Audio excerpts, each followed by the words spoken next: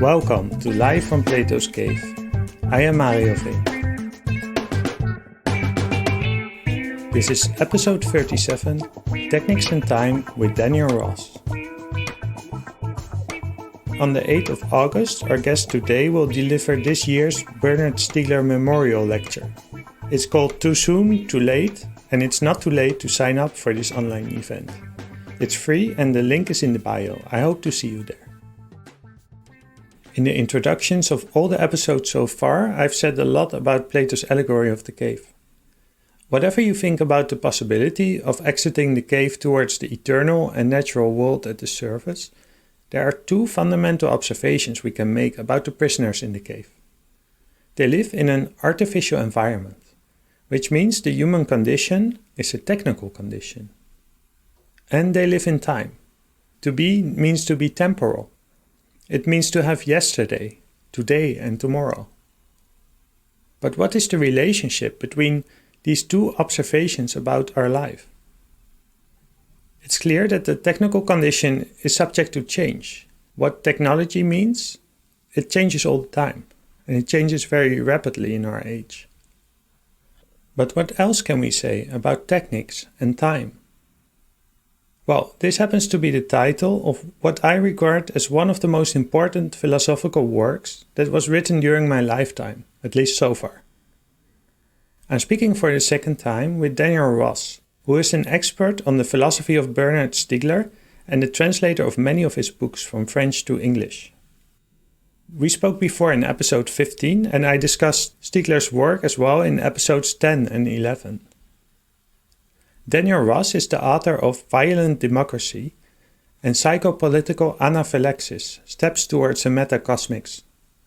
He's also the co-director with David Barrison of the feature documentary The Ister, which also features Stiegler and which is how they met. Dan has published 11 volumes of translation of Stiegler's work. And in this episode, our focal point is the 4th volume of Technics and Time. It's not yet published for reasons we will discuss, but you can read Dan's summary of it through the link in the description. We begin with an introduction to the series Technics and Time and its relationship to Heidegger's being and time. We then speak about the relationship between techniques and memory and the place of Technics and Time 4 in the larger series. We discuss education as a fundamental trait of human existence and the meaning of locality or being there. Just before the younger generation barges in to disrupt the interview and technology almost fails us, we discuss the role of the university and academic freedom. All right, here we are again. We're going to do something a little bit strange because we're going to speak about a book that hasn't been published, that you've translated, but the translation is not in the public domain. You've written a summary of it. And the summary people can download, they can read it, but it's still quite complex. But you've also written an introduction to it, but it will be published soon, I think, right? Yes, soon is a relative concept, but I would guess beginning of next year. Okay, great. The book I mentioned is Technics and Time 4.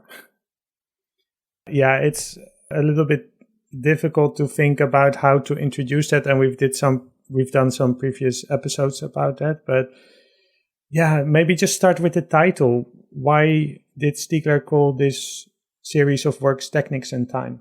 Okay, yes, that's a good question and a good place to start. Well, we are beings who live in time, but what does it mean to live in time? We are beings who know that we live in time, and maybe that's even more important than just to say that we live in time.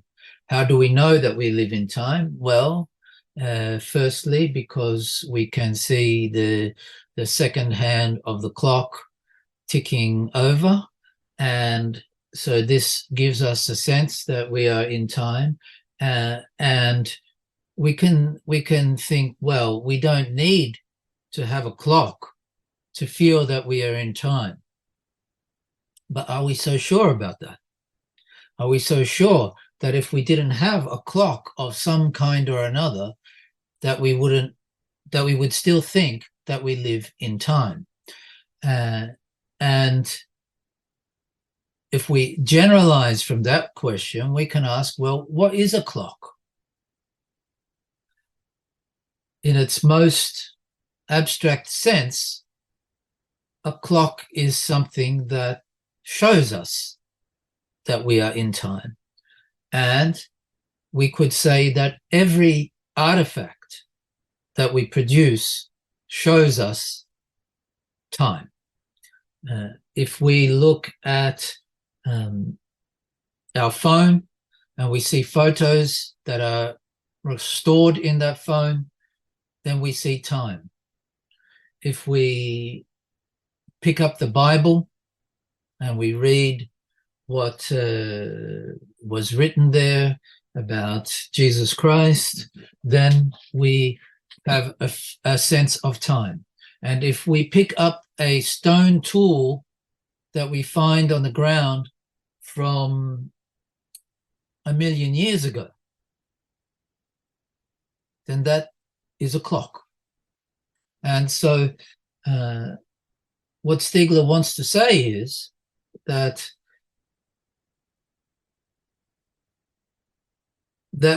we are beings in time, as Heidegger said about Dasein, is because we have all of these clocks all around us. But these clocks are not just what Heidegger wanted to say that they were, which was just mechanical calculators of time, as opposed to the authentic time that Heidegger saw as something opposite to clock time, the sense of catching up to a past that's already there before me and that I have to live, and that opens up the sense of my mortality, of heading towards a future, and a future that I can know only in the mode of not knowing it, especially the end. What Stiegler wants to say is that, well, why are we those kind of beings? We are those kind of beings because the clock is never just a clock. The clock is always what opens up this access to the past and to the future, to the feeling of the future. And that if we take the clock as referring to any retention, any artifact that keeps the past in the present, then we can say that it's artifactuality, technics, that opens up our being, temporal beings. So I think the title comes from there.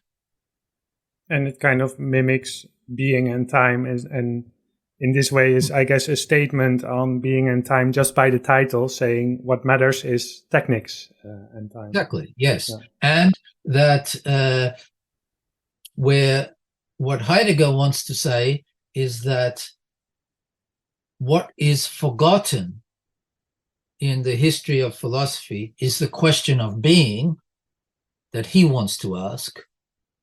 Stiegler wants to say, well, the way we should understand this history of being that Heidegger wants to describe in terms of a forgetting of being is really a history of the forgetting of technics.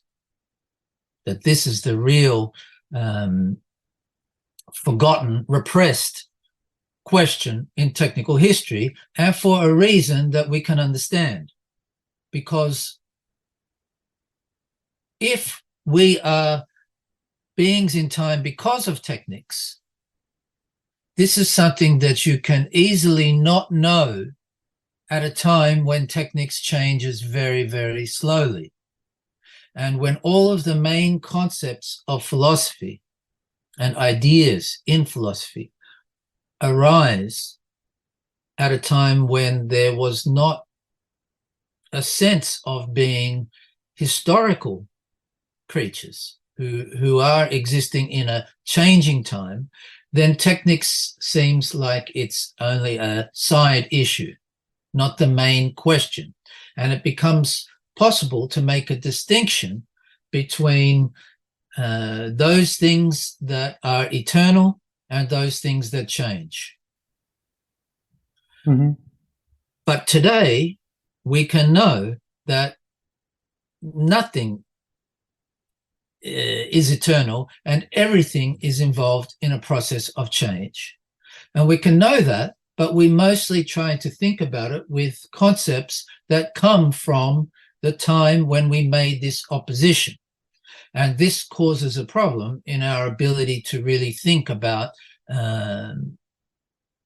how to conceive ourselves at this time. Yeah, and just to give a sense of how fundamental Stiegler's work is. So when you say nothing is internal, you're not just talking about like buildings and objects and societies and everything, but also extremely fundamental concepts like space and our understanding of time and all those kinds of things, right? The categories that we use to be in the world in the first place, to understand in the world and to relate to ourselves in the first place. Exactly. That's right.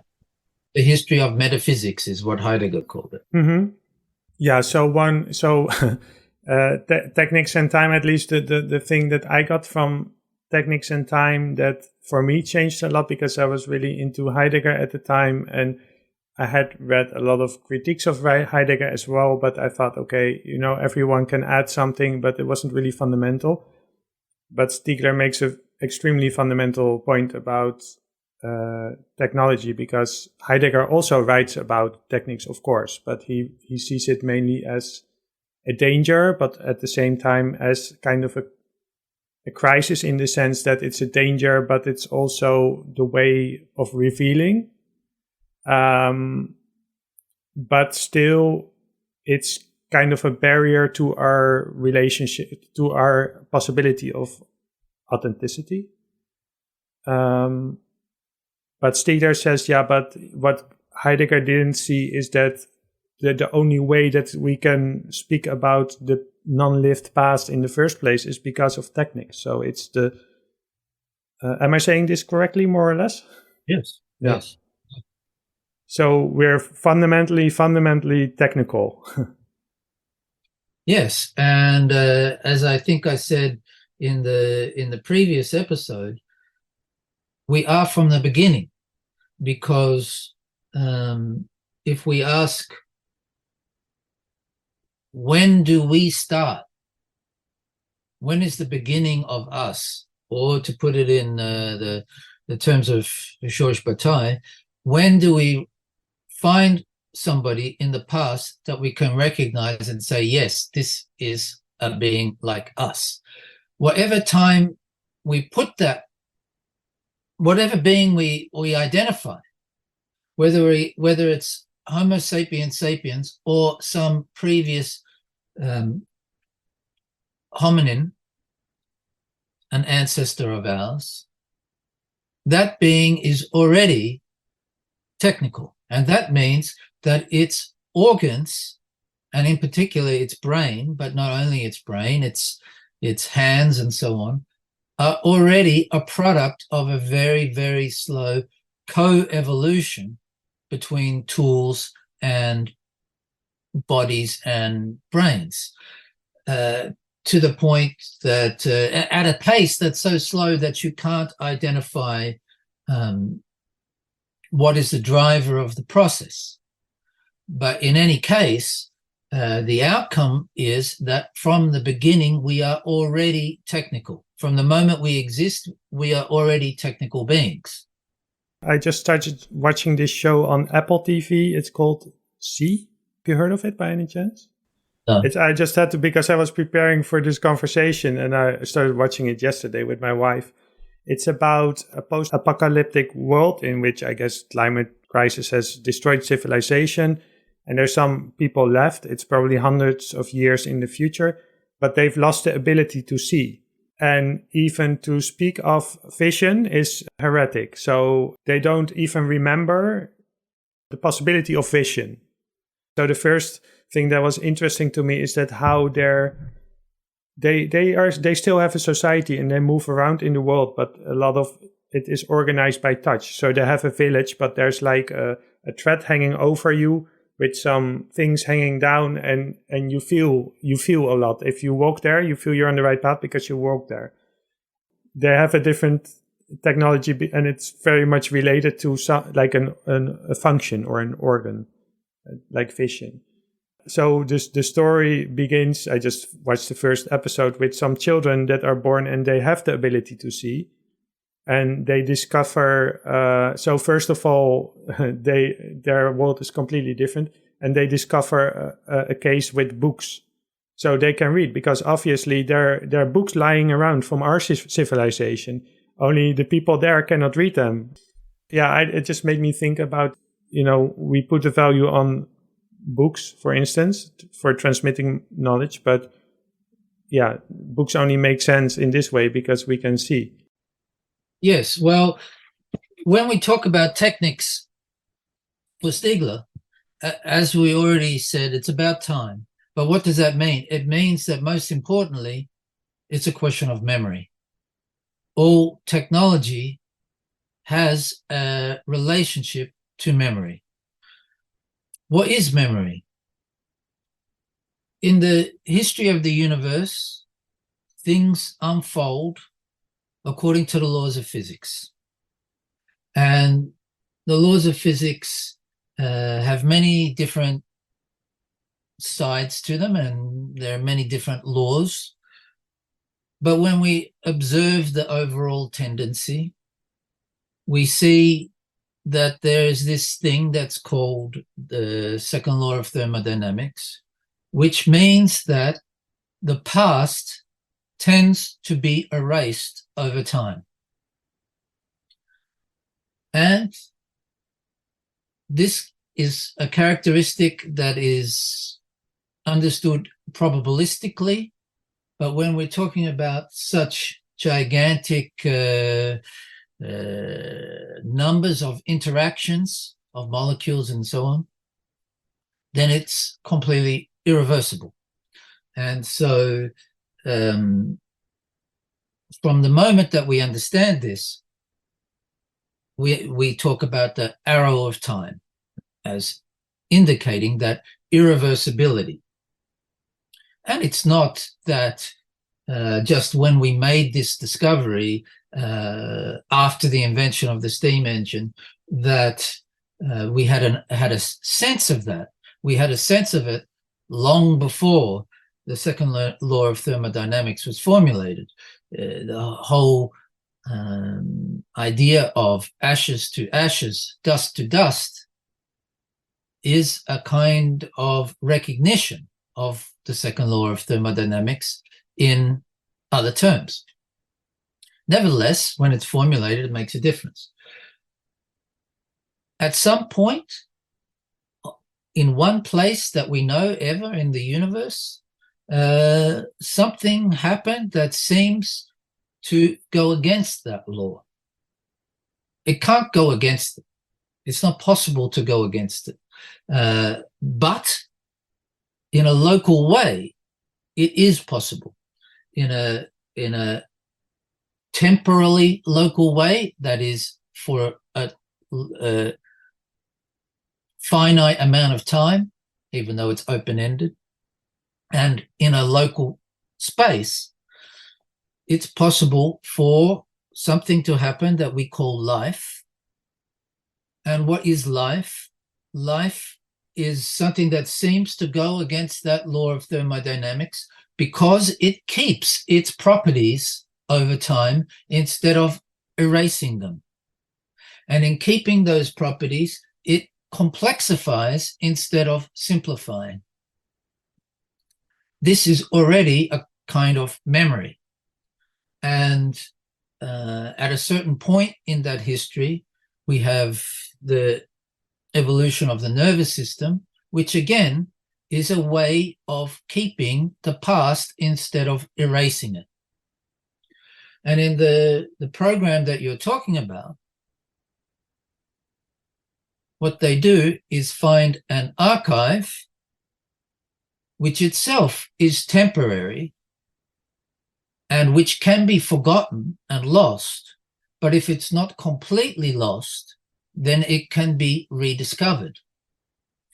And the significance of that, as Stiegler points out, is that those first two kinds of memories that I talked about, genetic memory and brain memory or nervous memory, they don't communicate with each other. The memory that is in the DNA molecule is transmitted from generation to generation and changes, but it doesn't change based on the experiences of the individual. On the other hand, the experiences of the individual are accumulated in that individual's life, but are lost when that individual dies. On the other hand, when the individuals we're talking about are technical individuals like ourselves, then we can put the memories that we have, the lessons that we have learned, into an archive, which could be a cave painting, it could be a book, and so on. The pyramids. And then we can transmit those lessons and accumulate them across the generations. And this is the difference that Technics makes. And it already is to introduce the question of why Technics in Time 4 was something that Stiegler felt he had to add to the other 3 volumes that he'd written. Because it wasn't planned in this way, right? He kind of planned, if I'm correct, 7 volumes? The original plan was for 6 volumes. 6 volumes? The original plan was the 2 volumes that were published. And those 2 volumes were really taken from his thesis. And then in 2001, he published a 3rd volume that he had not initially planned to write either, I don't think. And that came really, I think, after a close reading of Kant. And of Heidegger reading Kant. And at a certain point, it became a 6-volume project and was that way for a long time, but with no appearance of the 4th, 5th, or 6th volumes.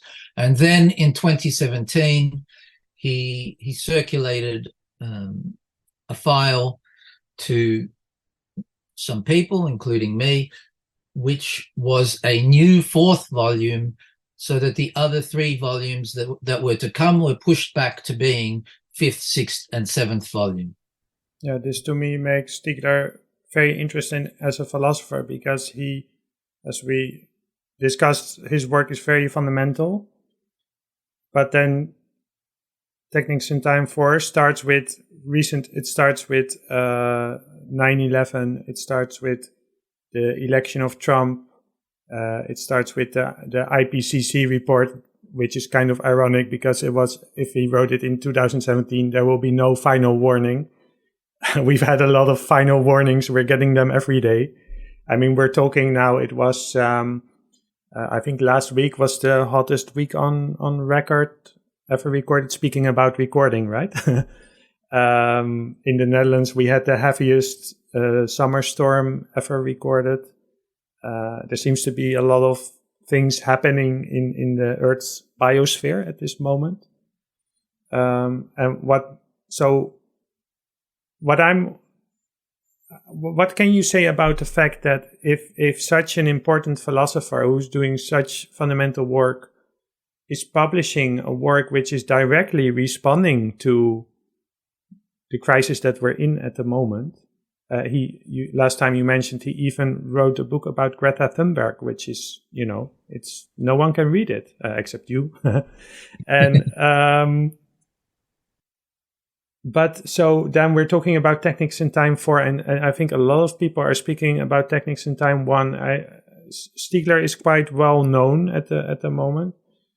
But this work has been translated, but no one can read it. People can read your summary, but why can't we read the book? Whatever you can, say about that. When Bernard died, it was a complicated situation, and the question of rights and of the future of the estate was complicated, and these kinds of bureaucratic things to do with inheritance and so on take a long time. At the same time, but there are other factors as well to do with the circumstances. But in addition to that, it's not a published text in French either. So Right. it's Yeah. in fact it's not a finished text. No. It's not a complete book. It's almost complete, I would say. It's 10 chapters, and I think it's I forget how many thousand words. 100,000 words or something, I think. Something like that, Yeah. yes. And the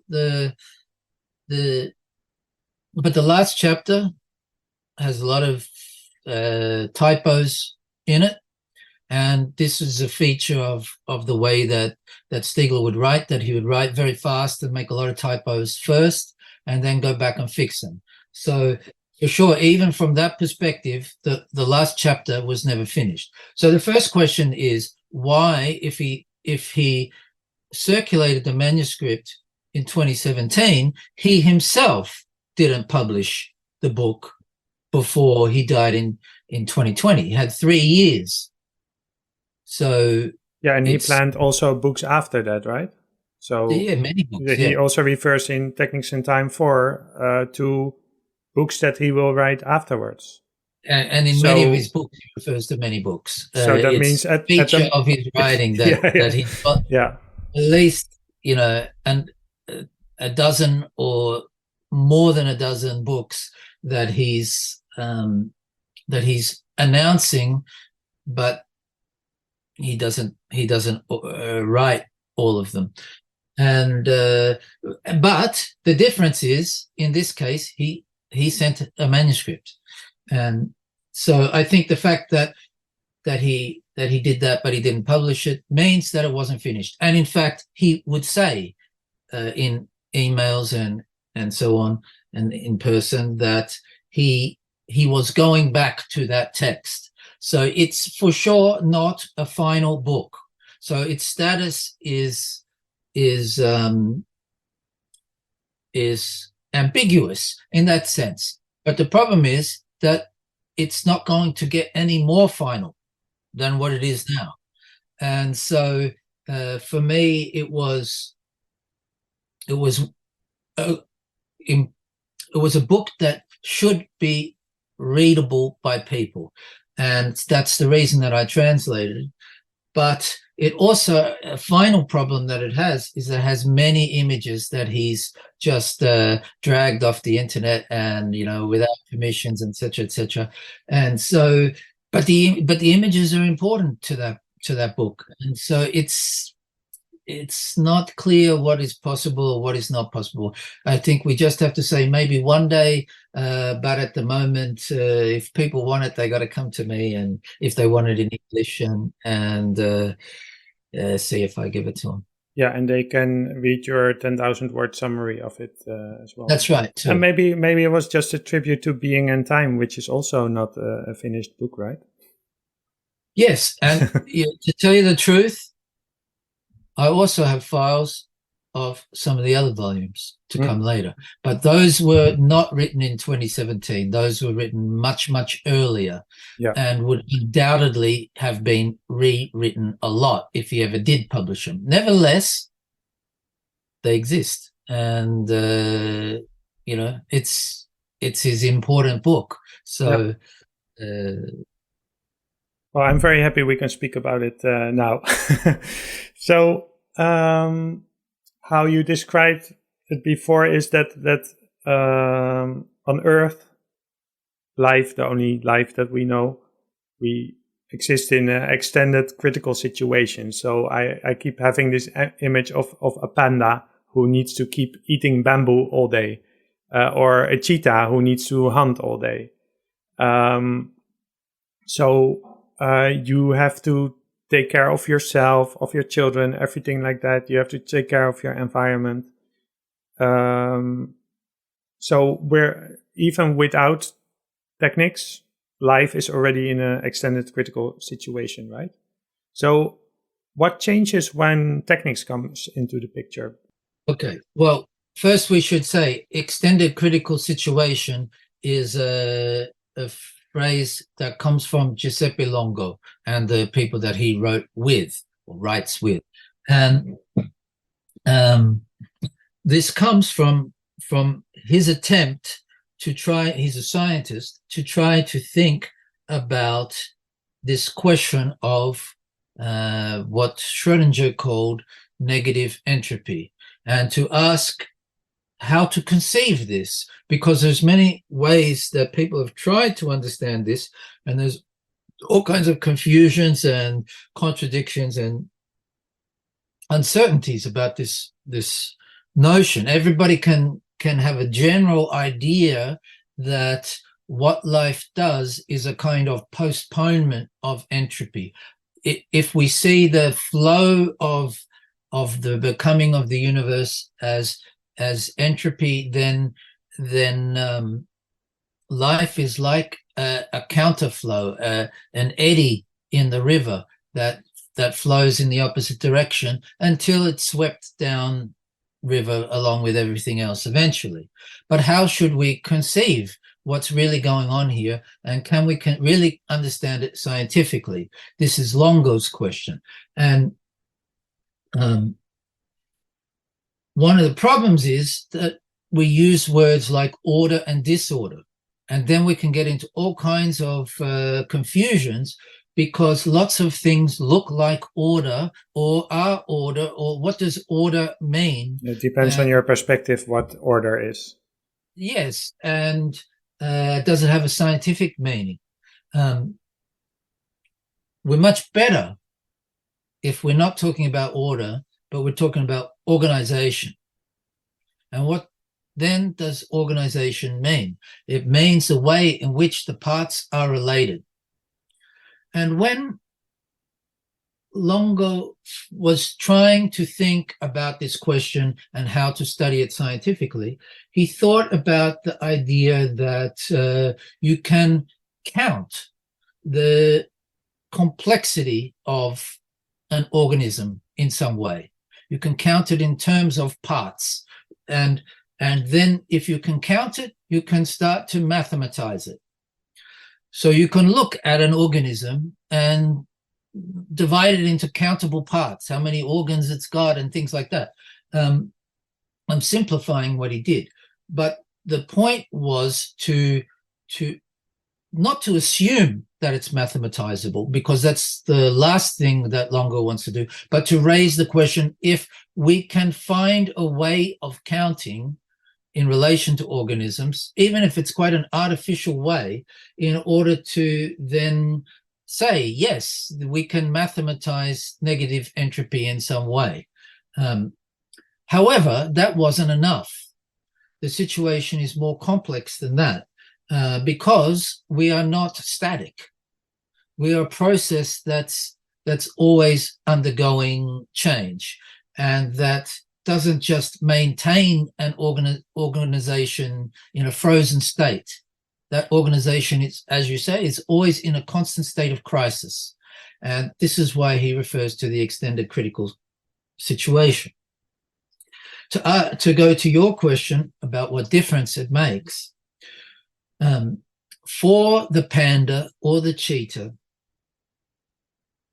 the programs that they follow in order to try to maintain that consistency of their organs as they fulfill the plan of their genes,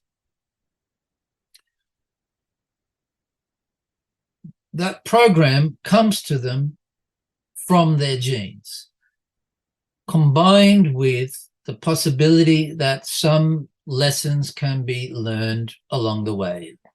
There's a good lot of bamboo over here, and I can know this, I can know that, danger is over there, prey is over there, whatever, those sorts of lessons are learnable.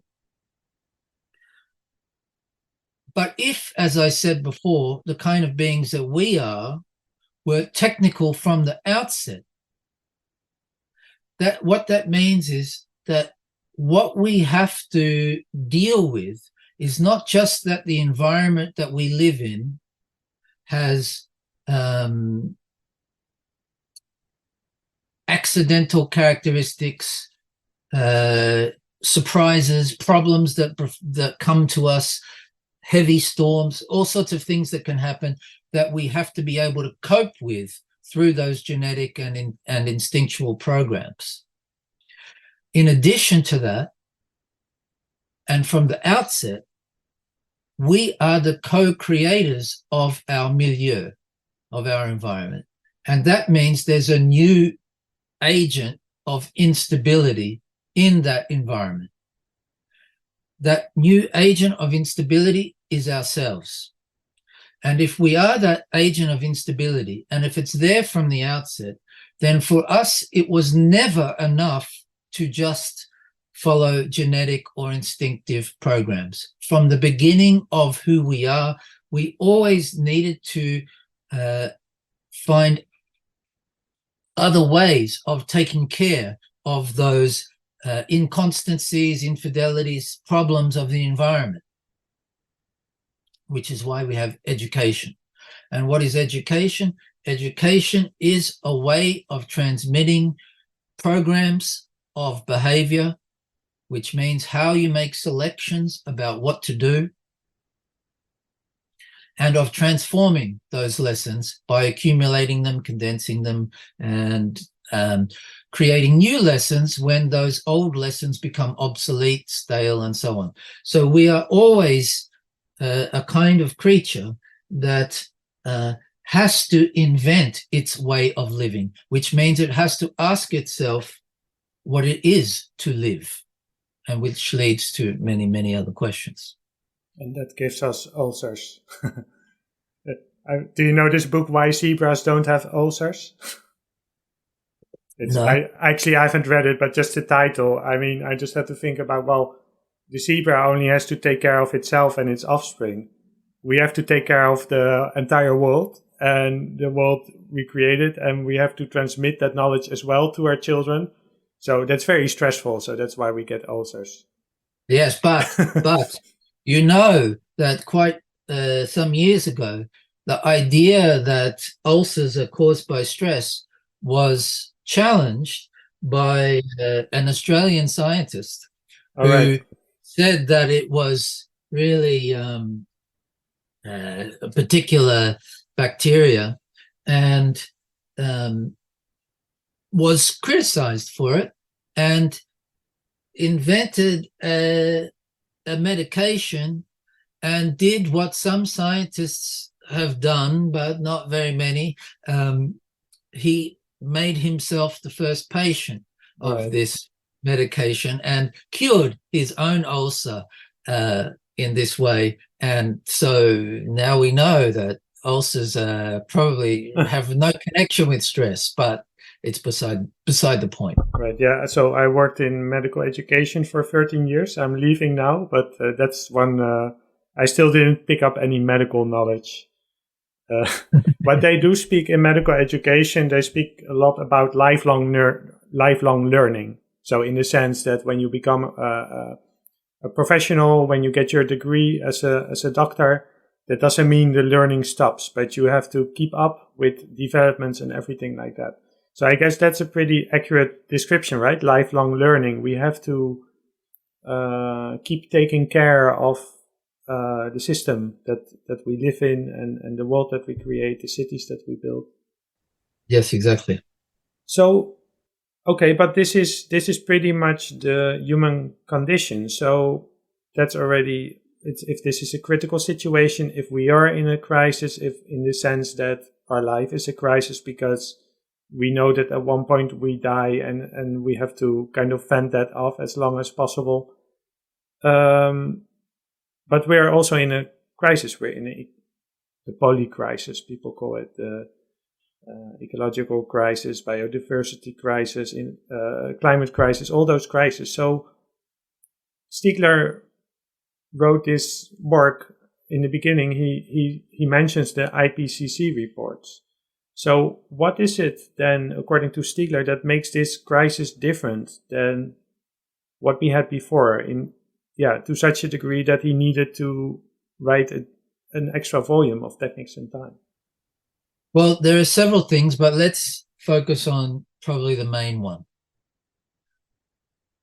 To do that, I need to tell another story. It might be a bit of a longer one, but I think it's worth telling.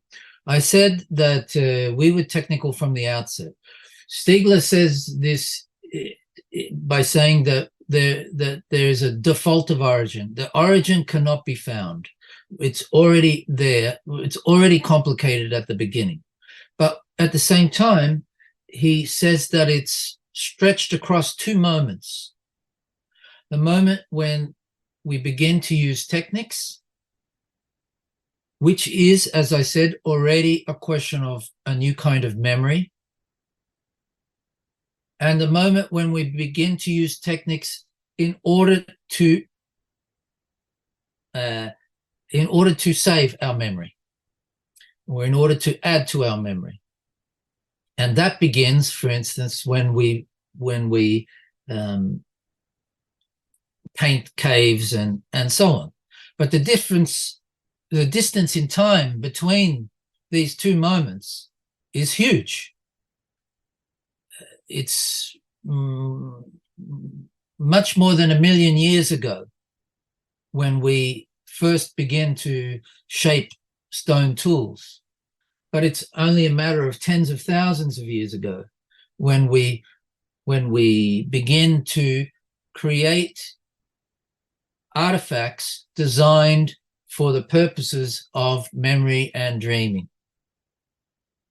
And yet it's between these two that we become noetic beings, thinking beings who not only think, but know to take care of what they're doing.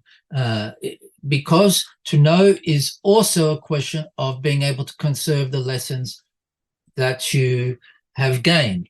And you conserve them symbolically. You conserve them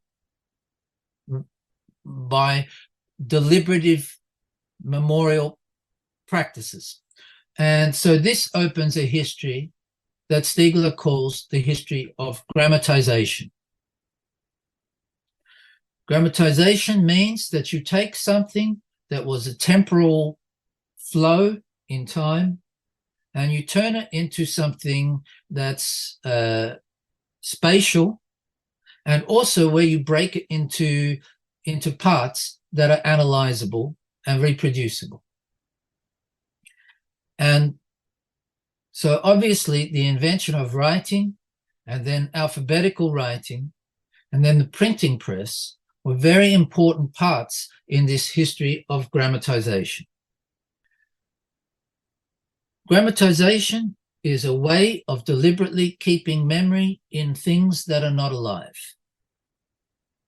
In doing that, you conserve them, and in conserving them, you make possible interpretation.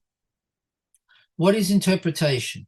Interpretation is always a matter of going back to something that's been kept, something that's been retained, a retention, a memory, and making a new decision about it. A new decision about what it means, finding a new meaning in it, but where finding and deciding are very closely related things. And why do I say they're closely related? Because if it doesn't always seem that that an interpretation is a decision, nevertheless, an interpretation is never just an analysis. It's a step past an analysis to synthesize what you've read, for example, into a projection of what it means. It's abductive, right? But it's also a fiction.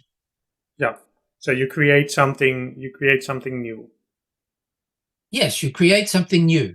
And an analysis never is capable of making something new or making a decision. You can make a decision on the basis of an analysis, but the analysis itself cannot. And yet we need analysis. So it's not only books and writing and painting that are forms of grammatization.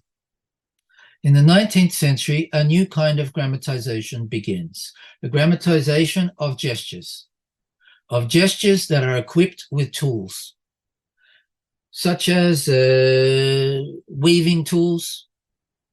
And when we grammatize those gestures, we break them into their parts, we analyze them, and then we do something that had not existed before. We create a machine that can reproduce those gestures. This is the beginning of automation.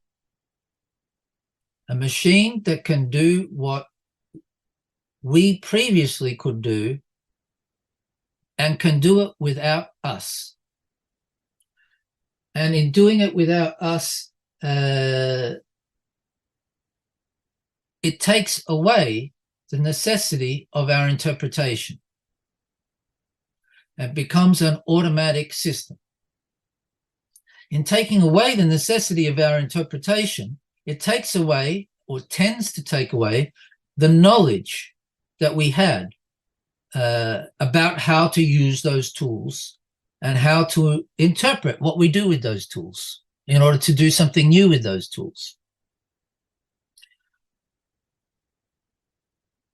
In other words, it's a pharmakon in the sense that Socrates said, that writing can be something that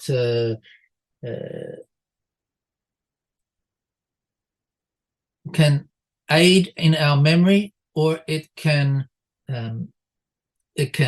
block our memory because it becomes a crutch that we rely on, and then we forget how to remember.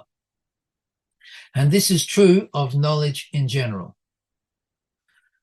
But Socrates was not writing in the age of machines.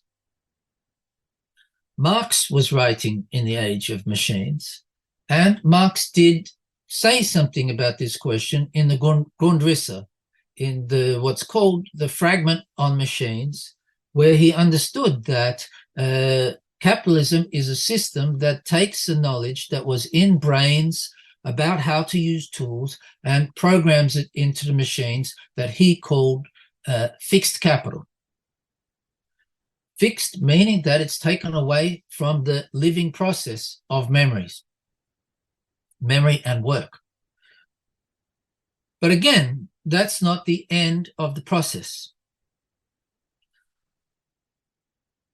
If we are creatures who have to take care of the inconstancies of our environment and take care of the inconstancies of the environment that we ourselves are responsible for, then that means that we have to be capable of making new interpretations, new discoveries, and so on.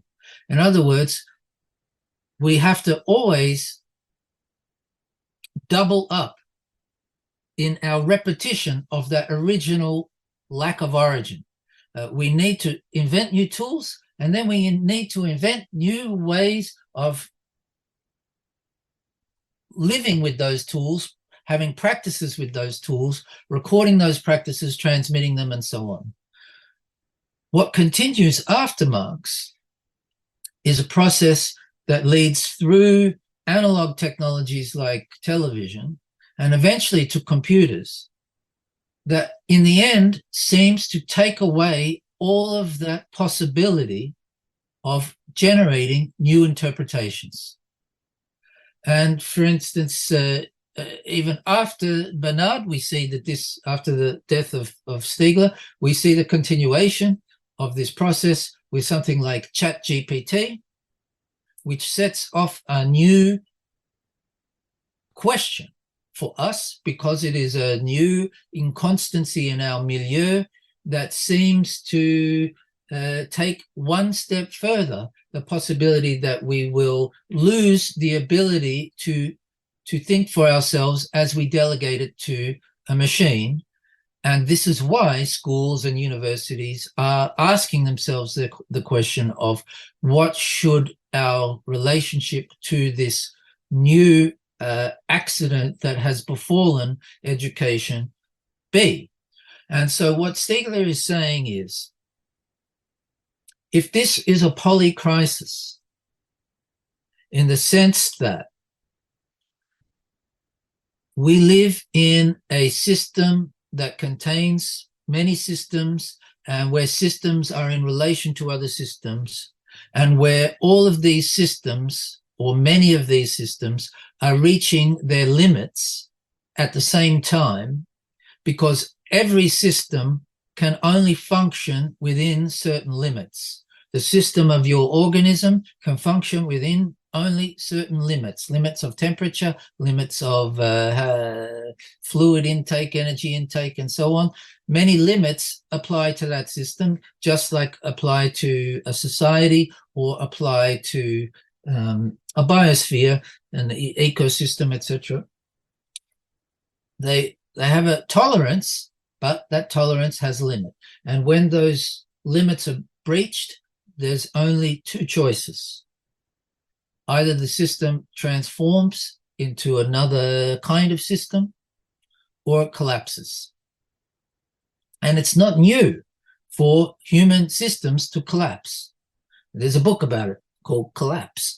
But what's new is, first, that it's not local in the sense of only one part of the biosphere or the human world within that biosphere, but rather the whole of that biosphere with no outside. But in addition to that, what's different is that whether those previous collapses happened or not, whether there were transformations or collapses, there was still the capacity for trying to learn lessons and develop new interpretations and new kinds of knowledge and new kinds of program, new kinds of practices, and new ways of taking care of those problems. Yeah, also because you can move somewhere else, right? I have to think about the Mayan society, where, you know, they built this whole civilization that we can see the remains of. We don't know exactly how they lived, but it looks like at one point their society collapsed. So let's say you can build this city, you can build this country, this society, the society can collapse, but then you can move somewhere else. So if you fail to take care of this environment you created, you always have the possibility to move somewhere else. But now we live in the entire world. So the entire world has become our technical environment. And if that collapses, we have a big problem. We cannot move somewhere else. Right. But the second point that I want to make, and which I think is Stiegler's real point, is that in all of those previous situations, it was not a question of an automation process that was taking over from our own ability to think and take care of problems that we face. And whereas today, not just in the age of ChatGPT, but for a long period in the history of industrialization, the effect of the way that we've used memory technologies has been to, in some ways, make possible a generation of new knowledge, but in a lot of ways to undermine that possibility and to reduce that knowledge to information, which is a grammatization of knowledge, reduce that knowledge to information and take it out of our hands and out of our brains in a way that cannot easily be put back into our brains. And so all of those crises that existed in previous situations are doubled when what's also in crisis is our ability to understand our situation, to interpret our situation, to feel care about our situation, to desire to change our situation, and to have the knowledge and the will to be able to do it. His point was that knowledge and will and desire have conditions, and those conditions are technical, and as technical they are pharmacological, and we haven't dealt with. We've dealt at a scientific level with the causes of the climate crisis. But what we haven't dealt with, and the crisis of biodiversity. And why does biodiversity matter? Not just because when every time you lose a species, you end a trajectory of a particular kind of unfolding of that molecule of life that can never come back, but also because ecosystems depend on the relationship between species and the diversity of species and of the organs of those species in order for that ecosystem to maintain not stability, but a metastability, a crisis stability, a stability that's unfolding. So metastability means you can adapt to it's more of an open system, right? You can adapt to changing circumstances. And it means it can look like stability for quite a long time, but there can be undercurrents of change that are then necessary if that ecosystem, say, or any other system is entering into a crisis of its limits, that those undercurrents are also the resources by which, instead of collapsing, transformation becomes possible. Mm-hmm. What Stiegler wants to say is that for us, the diversity in question is not just the diversity of ecosystems. It's the diversity of the possibility of interpretation. And the diversity of the possibility of interpretation comes from the singularity of my retentions compared to your retentions, even though we aim to share many things in common. But the point is that you've lived through different experiences and read different books and watched different TV shows than I have.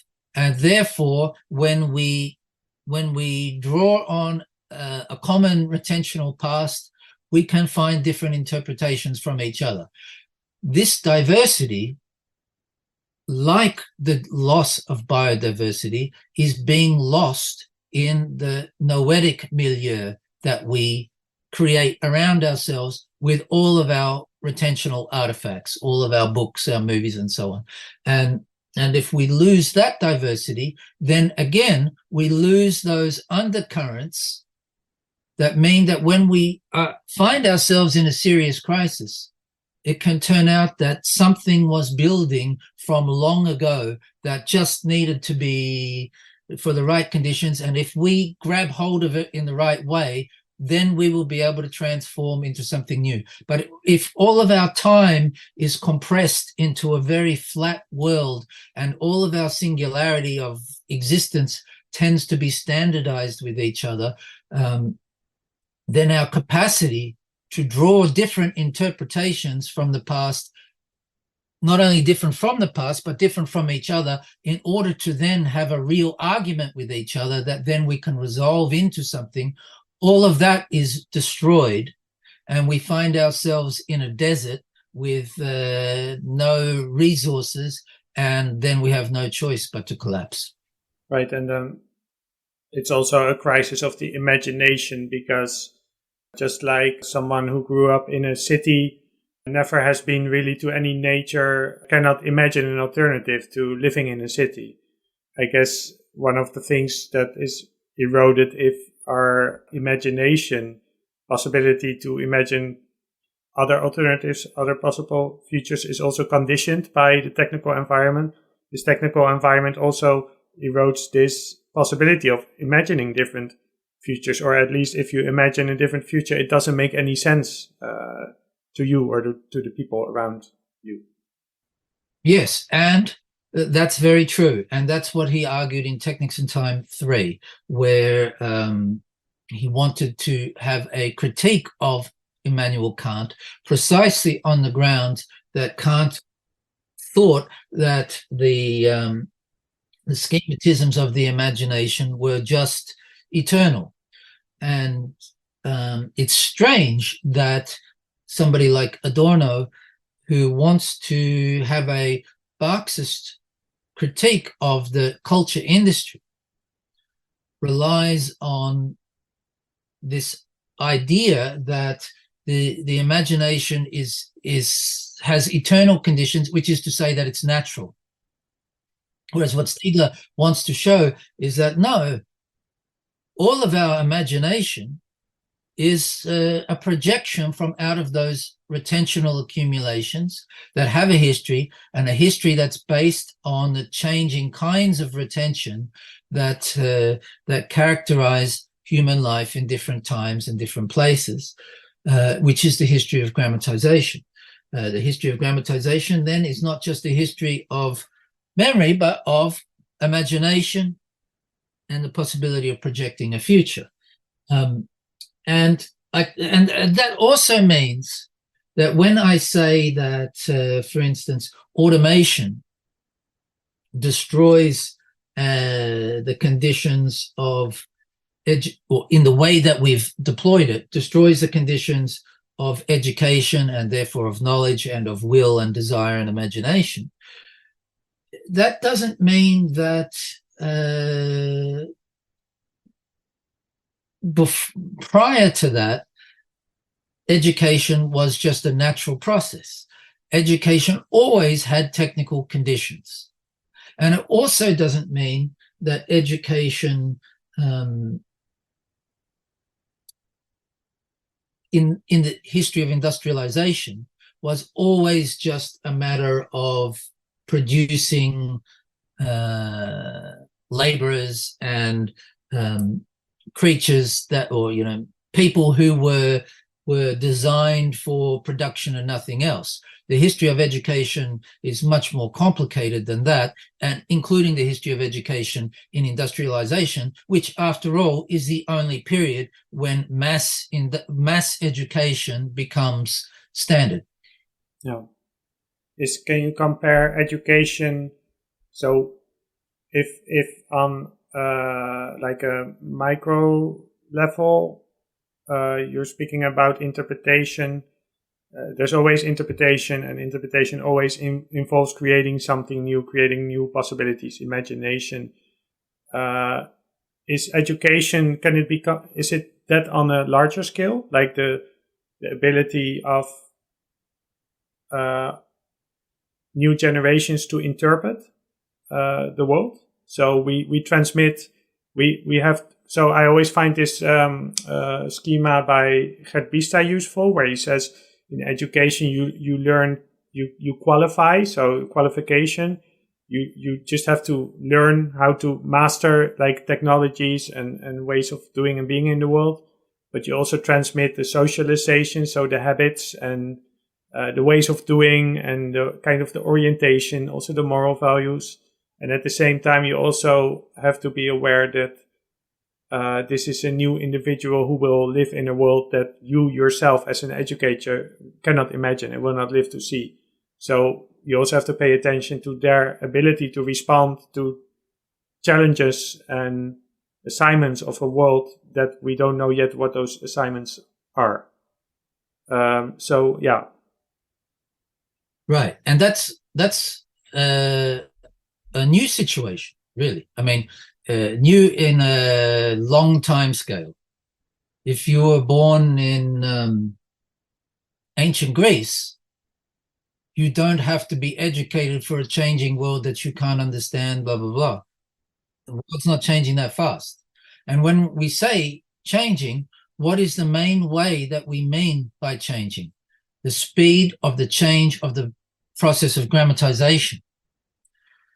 So that in the past, say at the beginning of industrialization, it's a change. If, say, somebody's parents were educated in the form of going to church to worship the book, compared to their child who attends school, learns to read properly, and is inducted into the world of books in general. It's a change. However, it's a change where there's still in common a lot of characteristics of the grammatization process at that time. So you can still anticipate. So if I look at my own history, I was born in 82. So around 1990, I graduated primary school, and there the PC was coming up. So the older generations didn't know a lot what that would look like, but they could say, well, it could be a good idea to go in the direction of IT. So there's still, okay, in 10, 20 years, our society is going to change, but we also kind of can imagine in which direction it will be. So maybe we can educate you in that direction. But now it's going so fast that we cannot even do that anymore. Yes, definitely. So then we have to ask, okay, let's ask about education in a general way, and we can relate it to Technics in Time 4 as well. In Technics in Time 4, it's called what's it called? It's called the Faculties and Functions of Noesis in the Post-Truth Age, right? And when he says functions, then you can have an idea that it's a kind of functionalism, that knowledge, truth, desire, will, all these things are thought about in a kind of functional way in relation to a being that is not just a natural being, but is already from the beginning, as I said, an artificial being, but an artificial being that has functions. And then you could think, well, education has functions. Education is a function. And you'll be right. Education has the function of conserving, transmitting, and making possible new lessons, etc., etc. However, it depends on dysfunctions in order for new steps to be taken. And so in relation to this rapidly changing world, we could ask then, so is the problem that the dysfunctions are coming so fast that we don't know how to adopt them, right? And there's something true about that. But there's also something true about the opposite, that we could say, well, what's being eliminated through this automation of everything is the possibility of knowing dysfunctions, that everything dysfunctional is erased from the outset because it's there's only one imperative that guides all of the implementation of all of these systems, and that is efficiency, and efficiency is the elimination of dysfunctions. So what then is education? For me, there's one little text that Bernard, speaking in a short interview, it's only like 3 pages long, that is the best distillation of these questions, even though they're very complicated questions, but of the heart of them, and of the heart of them of what makes him different from other philosophers and many other people as well. When we say that we can think about, that we need to raise children to be capable of relating to a different world than we know. We mean that they need to be able to think for themselves, and that we can say that this means they have to be capable of autonomy. And when we say autonomy, we think it's the opposite of being automatic, right? If you're behaving automatically, you're not being autonomous. If you're being autonomous, you're not being automatic. However, this way of thinking leads to a fundamental mistake in the conception of education, especially today. In this interview, what Stiegler says is, think about life of all kinds. It's made up of automatisms. Life is automatism. While we're conducting this interview, this conversation, all kinds of automatic processes are happening constantly without our being aware of it. Our heart is pumping, our breathing is going on without a single conscious thought being needed to do it, and many other automatic processes, and including within individual cells and so on. Automatism is life.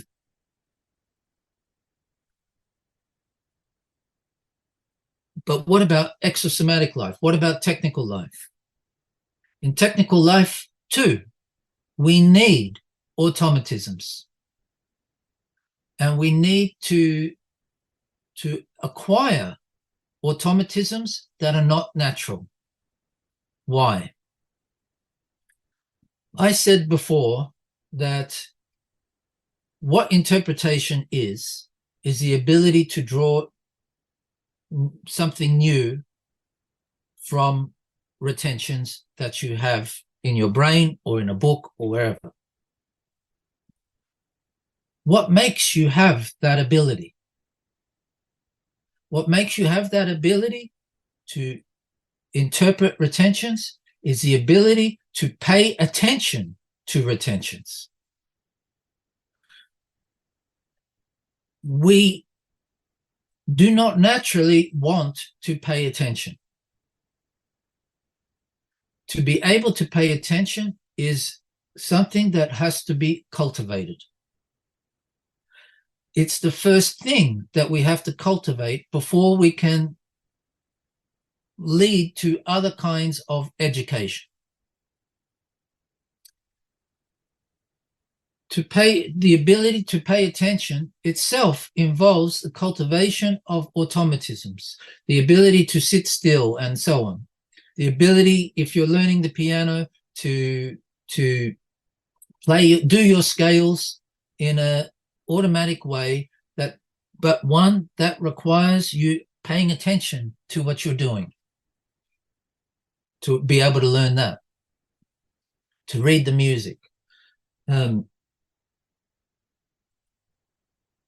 So what Stiegler would say is, what does autonomy really mean? Autonomy really means the fact that by acquiring automatisms, you can then disautomatize in relation to those automatisms. So if I learn my mathematical times tables in primary school, it's an automatism, and it's purely mechanical, a mechanical process of memorization. But with this automatism, I can free up thinking space to be able to think more complex mathematical things. Yeah. Do you play an instrument? No, I don't. Okay, well, this is a lot of times musical teachers explain, improvisation, for instance, jazz improvisation. So you need to practice those skills. You need to automatize everything in order Yeah. for you to be able to improvise, to be free to play together with other people and to create new music. Yes, and musicians and dancers understand the fundamental significance of acquiring automatisms. Yeah, they're very boring. They practice the same thing every day over and over again for many, Right. many years. Yeah. And what does that mean too? It means that you have an authority that is telling you that you have to do that. Right. Inside your mind, right? We call that authority the superego. If I don't practice, I'll feel guilty. If I let one day go by, no, I have to. I have to keep doing it and doing it and doing it. And so you internalize an authority. Yeah. Right? But that means, sorry to interrupt you, because I have to think about this book from Matthew Crawford, The World Beyond Your Head, where he refers to, because we were speaking a little bit about Kant before, because Kant's idea of autonomy is very different. It has to do with that, and in this book he also makes an argument that you have to submit yourself to the authority, not just of an educator, but also of the world, of the instrument, of the world around you. Yeah, exactly. And yet I think that what's happened in education, at least in Australia, and I don't think it's only in Australia, is that the whole notion of acquiring automatisms, the whole notion of the necessity of cultivating the possibility of paying attention, and the whole notion of internalizing an authority. Internalizing meaning it comes from outside and put it inside. It comes from an outside figure with whom you identify in some way, a parent, a teacher, etc., and make that your authority, even if it's a very complicated issue. All of that tends to become weakened and eliminated in the name of an idea of moving beyond a kind of oppression or repression that fails to notice that the problem that we have today is much more a question of regression than repression. And that means going backwards. And that means undoing that ability to internalize an authority, undoing the ability to acquire automatisms, and especially undoing the ability to pay attention. But if you don't pay attention, you can't do anything else. And to learn to pay attention, how do you learn to pay attention? You learn to pay attention if there is somebody who knows how to pay attention to you. And that doesn't mean hovering around or validating everything you say. Paying attention as a parent or a teacher too is a question of technique. And that technique is a very complex interaction. And it's what Winnicott tried to describe in relation to transitional object, but I don't know if we want to describe that. But the main point is, on the one hand, Stiegler is definitely saying that what we need is to recognize the virtue of dysfunctions in order to be able to improvise together new solutions.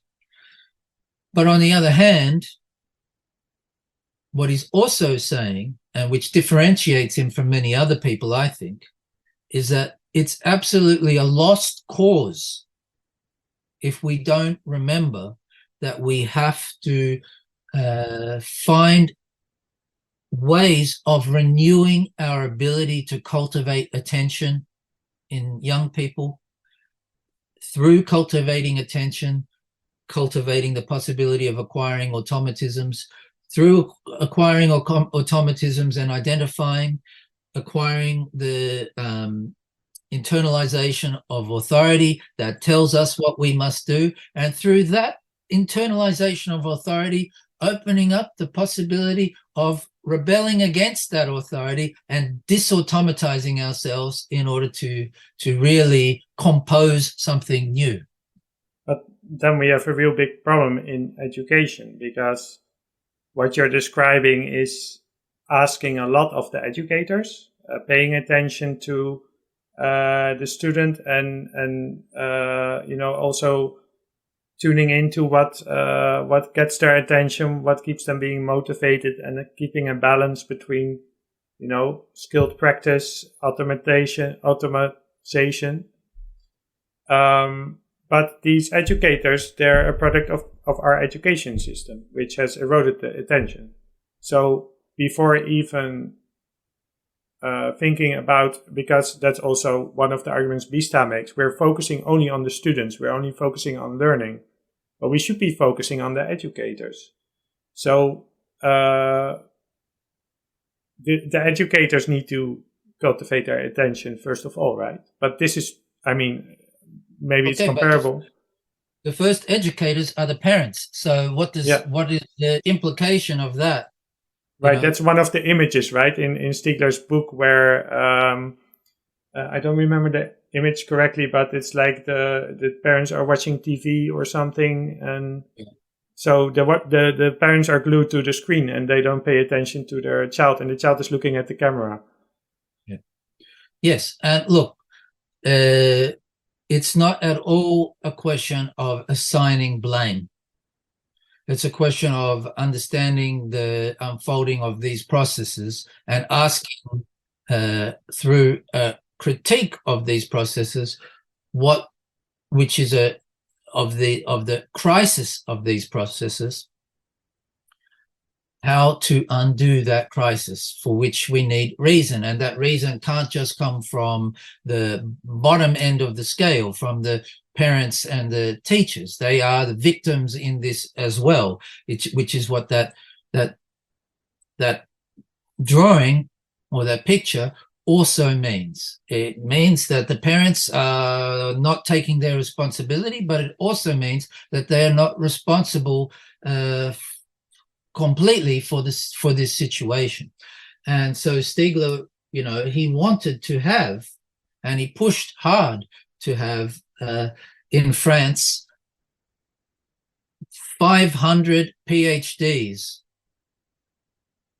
over 5 years, I think, 500 PhDs about the relationship between computer technology, network technology, etc., and attention, education, and so on. And he wanted other European countries to also have 500 PhDs devoted to this question, so that there could be 5,000 highly and they all have researchers on this question. Right, and they all have their own interpretation, and you get also there the diversity in approaches to the same problem, right? Right. And the first thing is recognizing that this is an actual significant problem that has to be turned into a question. And the world that we live in is one in which everybody knows that it's a problem. Everybody knows that attention is an issue. Everybody knows that things that seemed possible a generation ago or 2 generations ago in terms of what children can be raised to not only do and know but care about seem impossible. And yet it doesn't really rise to the level of genuine political debate or genuine policy that tries to measure up to it. Of course, it's a complicated question, but because the society itself, that's again the issue that politics cannot pay attention. So I'm, as you know, a lot busy with the climate crisis, but there's, we all know the movie Don't Look Up. It's impossible to even discuss issues like that because of the lack of attention of politics, of the media, of everything. Okay, I'm just going to try to combine some of the questions we discussed, right, to kind of also wrap up this part about education. So one question I had is, so we're in all these systems that many of them are on the verge of collapse or maybe have already collapsed. But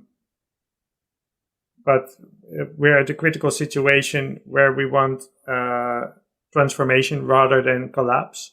So what does this transformation look like? And then we can narrow that to the question of education. So one part of that transformation that we need has to do with education. So then the question is, what kind of education do we need? And not just education for young people, but also for professionals, because a lot of professions are changing as well. So people need to re-educate themselves. Everybody needs to educate themselves on climate and all those kind of issues. And then the tension is that the education system we have right now is in a certain system that is also part of the problem.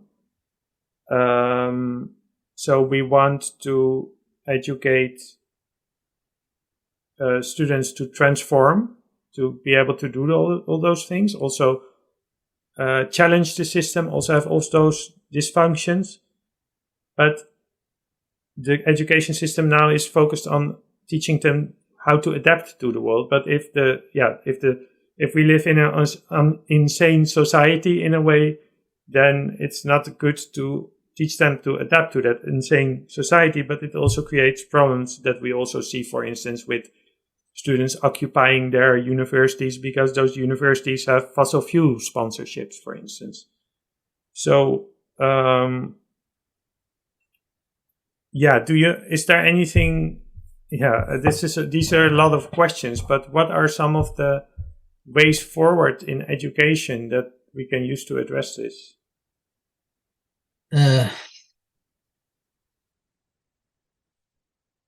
On the one hand, I agree with you that the message of the world is that the only choice is to adapt, not to really transform, and that this is irrational because when a system is at its limits, you can't just keep adapting. And to create people who can only adapt is to doom that system.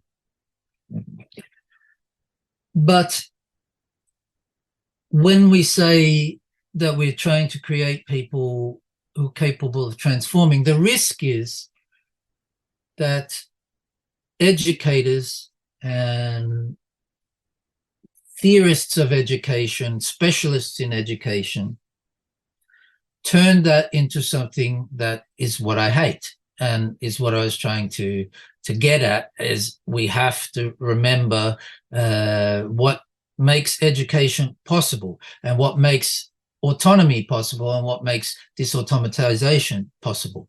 In other words, unless we first ask about the conditions of the creation of attention and so on, then everything else will fail. And the conditions of attention are about making, they all definitely involve students, young students, learning to be passive in certain situations, learning to do what they're told, learning to memorize automatically, learning to behave. And so what does that mean? Does it mean that teachers should be repressive? Well, what we're talking about is sublimation.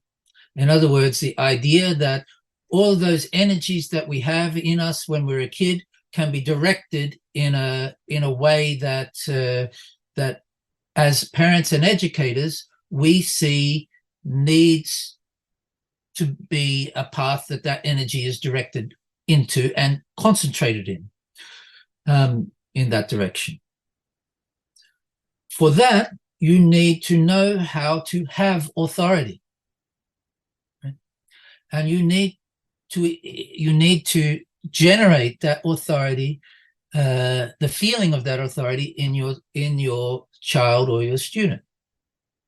It's not oppression. Oppression is if you never acquire those abilities. Yeah, you need this oppression because you don't have authority. If you have, we all know these teachers, no one even dares to do something because they have authority. The repressive ones that send the students out of the class to the principal and everything, they're the ones that don't have authority.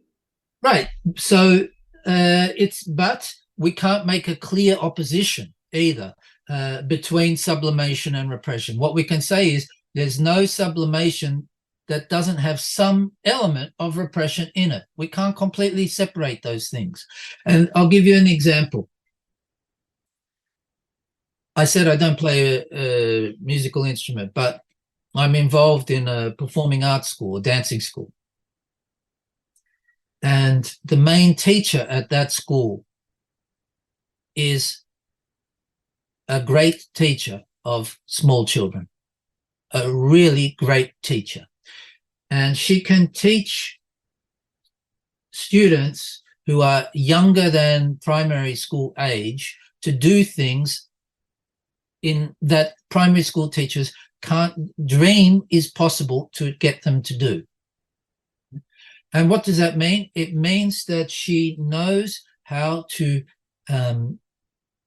make those students have the desire to do what she wants them to have the desire to, what she wants them to do, right? And a lot of it's mechanical, but it's preparation too. And the first thing that she does for students that are like 3 years old is they have a stretch class. Not the whole class, but they do some stretching. Now, they're not doing stretching properly. Their muscles are not really stretching. So why is she doing that stretching? She's doing it because she wants to establish that this is not the same as this place that you're in now is not the same as another place that you're in when you're at home. This is a different place. It has different characteristics, different rules of behavior, and is a place where you have to be calm and you have to pay attention. It's like a ritual. You make it significant. Yeah. You're here. You're not at home anymore. You're here. You're going to do something which may be exciting, maybe hard, maybe, yeah. Yes. And that is one tiny little example, right? But already you can tell that schools have abandoned that idea. It's too hard, right? It's too hard. And it takes time and they want to be efficient. So why spend 20 minutes stretching? Because you need that time to teach them, right, blah, blah, blah. Right. But if it's you wasted don't time. start in the first year of primary school, you will never do it. It's like letting a kid grow up in a forest by wolves. Okay. Yeah. If you get the kid back from the wolves and you really work and work and work, you can maybe produce some socialization. I had one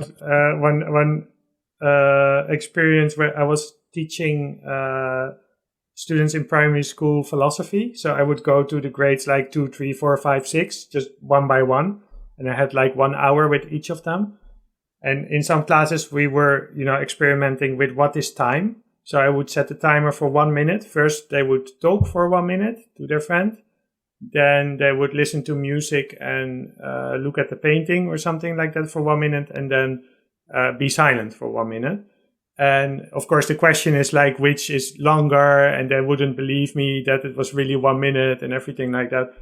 But when I came back the next time, they started asking me, "Oh, can we do 1 minute of silence again?"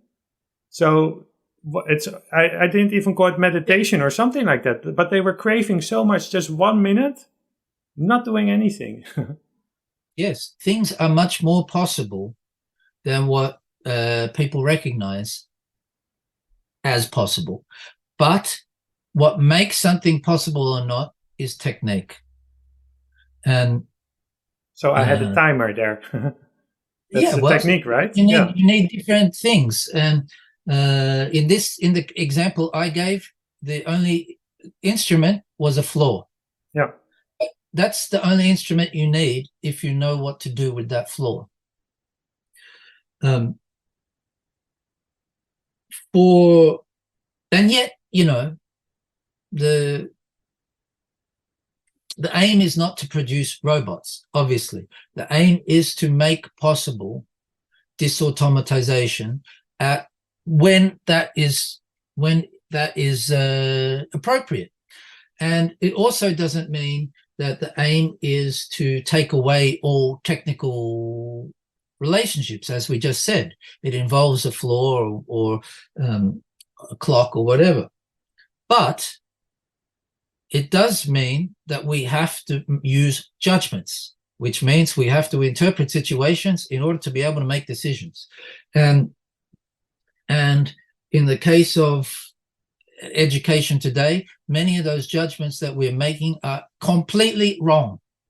So, for instance, Stiegler, who says very clearly there is no future with that is not industrial for us, that we are technical beings, we cannot live without techniques, etc., also says for young children, screens are only poison. That's what he says. Yes. No screens in school. Yeah. Yes.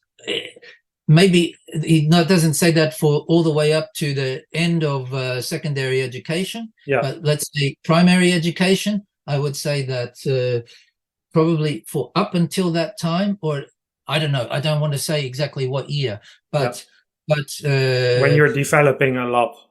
Yes. To the basic functions. General, there may be positive ways of using this pharmacon in education, but 99% of the time, the way that we use this pharmacon is destructive of education.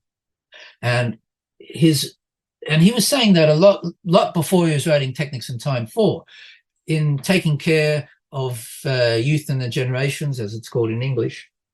He lays out that what we're in is a war. And that war is between what he calls programming institutions, which is what a school is. It's an institution for programming your behavior so that you can then do many things with those programs. And programming industries, which is TV, etc., Instagram, whatever. And that one of the main problems in this war is that one of the sides in this war has failed to understand that they're in a war. And so they just take all of the weapons that are being used against them and let them into the fortress like a Trojan horse. And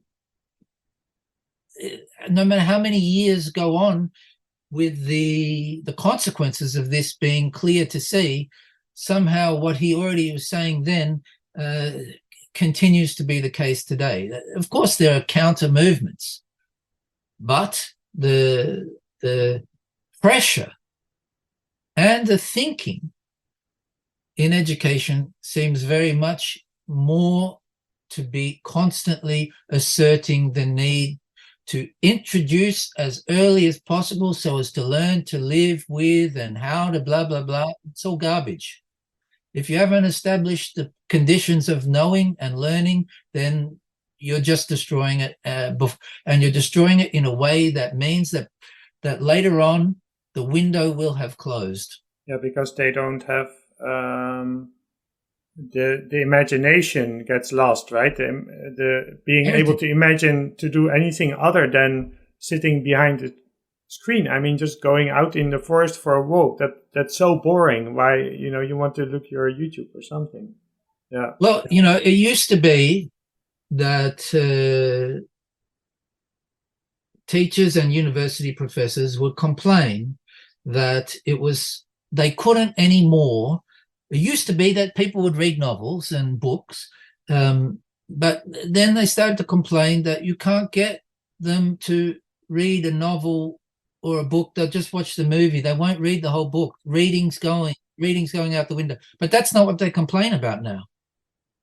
Now they complain if you ask students at a university undergraduate course to watch a movie, they say they can't watch a movie. They can't sit down and watch a whole movie. They'll just watch YouTube clips of the movie.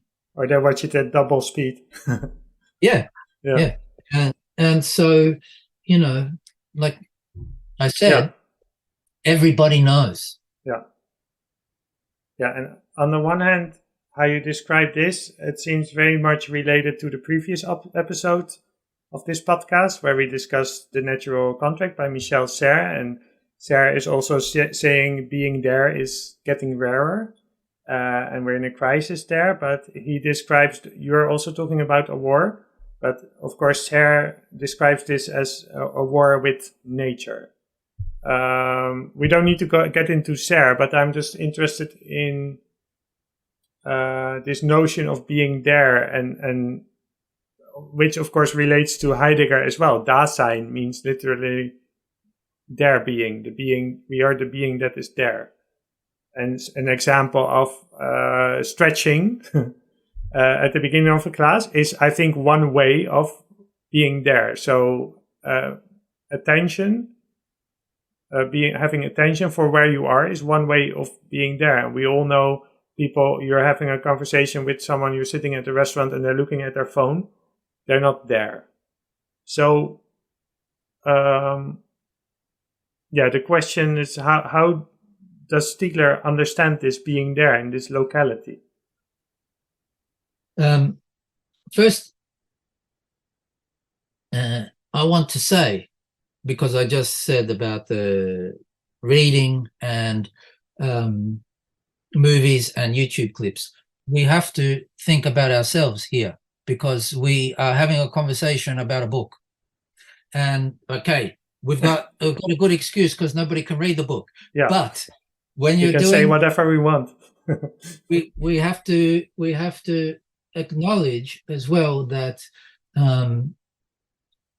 the point of a podcast cannot be as a substitute for reading the book. Yeah, people have to go and read the books. If you let the podcast be a substitute, then you're already losing that war again. So it's like watching the movie. Yes, you get this a is the little movie bit of a taste of it. Yeah, but it's mostly, and that's also why I'm doing it, because maybe it's like trying to convince people to. It doesn't have to be Technics and Time 4, but it's an investment. It's an investment. Any of Stiegler's books, right? And it really takes your attention, because you cannot. Some philosophers are more like, let's say, poetic or something. You can read it kind of while thinking about other things as well. I think Stiegler, really, you have to pay attention. You have to invest in it, but you have. I think we have to, because we get a lot from that. Yes. Well, what he would say is, what do we need in this war? If the war that he's describing is what we face, what do we need in this war? And the answer is, we need concepts. And how do you get concepts? You get them from reading books and thinking about them. Not just his books, obviously, but for me, it's important that it's his books. So, to go to your question about the there, because that is a main issue in Technics and Time 4. For Heidegger, the there is already there. It's already there, but it's already there in the life that we are born into, that comes before us, that is the language we speak, the culture that we're part of, the family background that we're born into, etc., etc. It's waiting for us when we're born, and so we're always catching up to that already there, that's waiting for us, and that we then have to be. We have to adopt that already there so that we can be, right? And so we hit the ground running, and we have to catch up, but life is also moving on. So we can never fully catch up because we're always in the motion already. And so we are future beings, but our future is always also about catching up to the past that we haven't got to yet. And it's a complicated idea, but his idea of what it means to be mortal is like this. What Stiegler wants to say is that this already there is made of memory technologies, and there is no there that is not what he would call tertiary retentional, which means if I don't talk about Husserl for a few minutes, then we can say that tertiary retentional means the memories that are contained in artifacts that are already there, that we adopt in not just in the books that we read, but in the calendars that we adopt, in the maps that we adopt, everything that gives our space and our time a symbolic signification and meaning that we can draw from that signification, and so on and so forth. Like we said in the beginning, Technics is also our only possibility of relating to the past. Yes, and in Technics in Time 4, he talks about this thing, the idiotext. I won't talk about it too much here, but the idiotext was an idea that came from his thesis, and which would have been the main topic of the last volume, the final volume of Technics in Time, if he'd written it. But he did write about it in other texts, and it was a way of trying to think about spirals of processes. And if you think about what we said about entropy and negative entropy as a kind of counter spiral in the river, then this is what an idiotext means. It means a spiral of life, and a spiral of technical life for the exosomatic beings that we are. And so if we ask, how exactly is it that by just going back to some retentions that we have in this book or whatever, that we can draw new interpretations? How exactly does that happen? Then he would say it's something like this.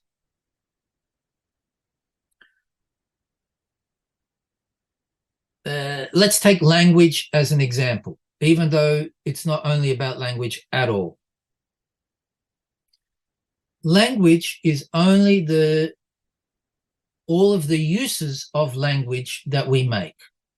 And the way that you use English and the way that I use English is not exactly the same, for many reasons. One, that you're not a native speaker of English. No. But you know, for somebody like me, it's always incredible to think about people in countries like the Netherlands, where you cannot tell that people are not really native speakers. But nevertheless, there is a difference in how you speak and how I speak, and what that means is language, the English language itself, does not exist. It's just made out of all of this talking, and we can formalize what we think is the English language. For instance, there's that book Fowler's Modern English Usage, which tries to say this is correct usage. But however formalized and institutionalized that is, it's just one way of using English out of many, many ways. In other words, the language itself is a milieu that's much bigger than us and which is spiraling around, composed of all of our uses. At the same time, that English language is also inside me, is something smaller than me as well. And all of the ways that I use it in my own particular way spiral around inside me. What he wants to say is, I am one of these spirals. There are spirals that are bigger than me, like language. And then there is the fact that I don't actually exist either. Inside me, there's a whole lot of processes going on that are all spiraling around too. And the I that I think I am, is only a kind of a projection of a unification of all of those internal spirals that makes it possible for me to believe that I am an I. What happens when I interpret? What happens when I interpret is that there is a meeting of spirals of different scales. And so I read a book. This is an occasion of such a meeting between the spiral of the language that the book is written in and the spiral of my accumulated understanding of the language of that book, which is my own private understanding of that, and my understanding of who I am, the characters that make up my personality and how they relate to the characters in the book and so on. That all of this is a meeting of two projections. What's being projected by the author through the tertiary retentions that compose the book, and what is being projected from my expectations of that book that are either met or not met in the encounter with it. And that this occasion is a meeting point of two spirals. That means that there's a rearrangement of the retentions that I have inside myself. And this rearrangement can sometimes be stereotypical. This book is very much just a formula novel, and it just reinforces what I already understood. Every Agatha Christie book is the same, blah, blah, blah. Or no, there's something different that I wasn't quite expecting in this particular Agatha Christie book. And so then there's some kind of rearrangement of what I think is going on in Agatha Christie, and a new interpretation becomes possible. What this is saying is that there's a meeting of two kinds of already theirs going on in this situation. There is the already there that I have lived, and that Heidegger is talking about. The already there of my accumulation of my past, that is my singular psychic individuation process, to put it in Simondon's terms. Including like your childhood and your relationship with your parents and all that stuff, yeah. Yes, and my acquisition of language up till now, and so on. And then there's already there that I have not lived, and which is collective, and which Simondon called transindividuation, and which is itself a process, which is to say a spiral. And so all of the books that are already there, and that all of the textbooks that are read by a class together, etc., is the spiral of the collective trans-individuation of retentions that we metastabilize as shared meanings and understandings. And what's occurring on the occasion of an encounter with a tertiary retention, with a book or a movie or whatever, podcast, what's occurring is a meeting between the already there that is my already there, and the already there, which is what Simondon will call the pre-individual already there, and the already there of trans-individuation. So in that meeting, the productivity of that meeting in its ability to generate something to affect me in order to make possible a movement inside me, whether it's an emotion or a new thought, is the diversity of the processes within me that arrange my retentions and protensions. Protensions are my expectations and my relation to the future.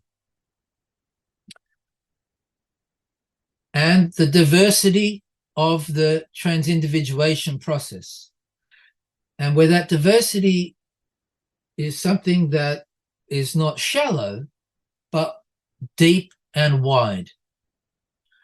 And so the problem, if we have a problem of the there not being there today, then it's because this depth and breadth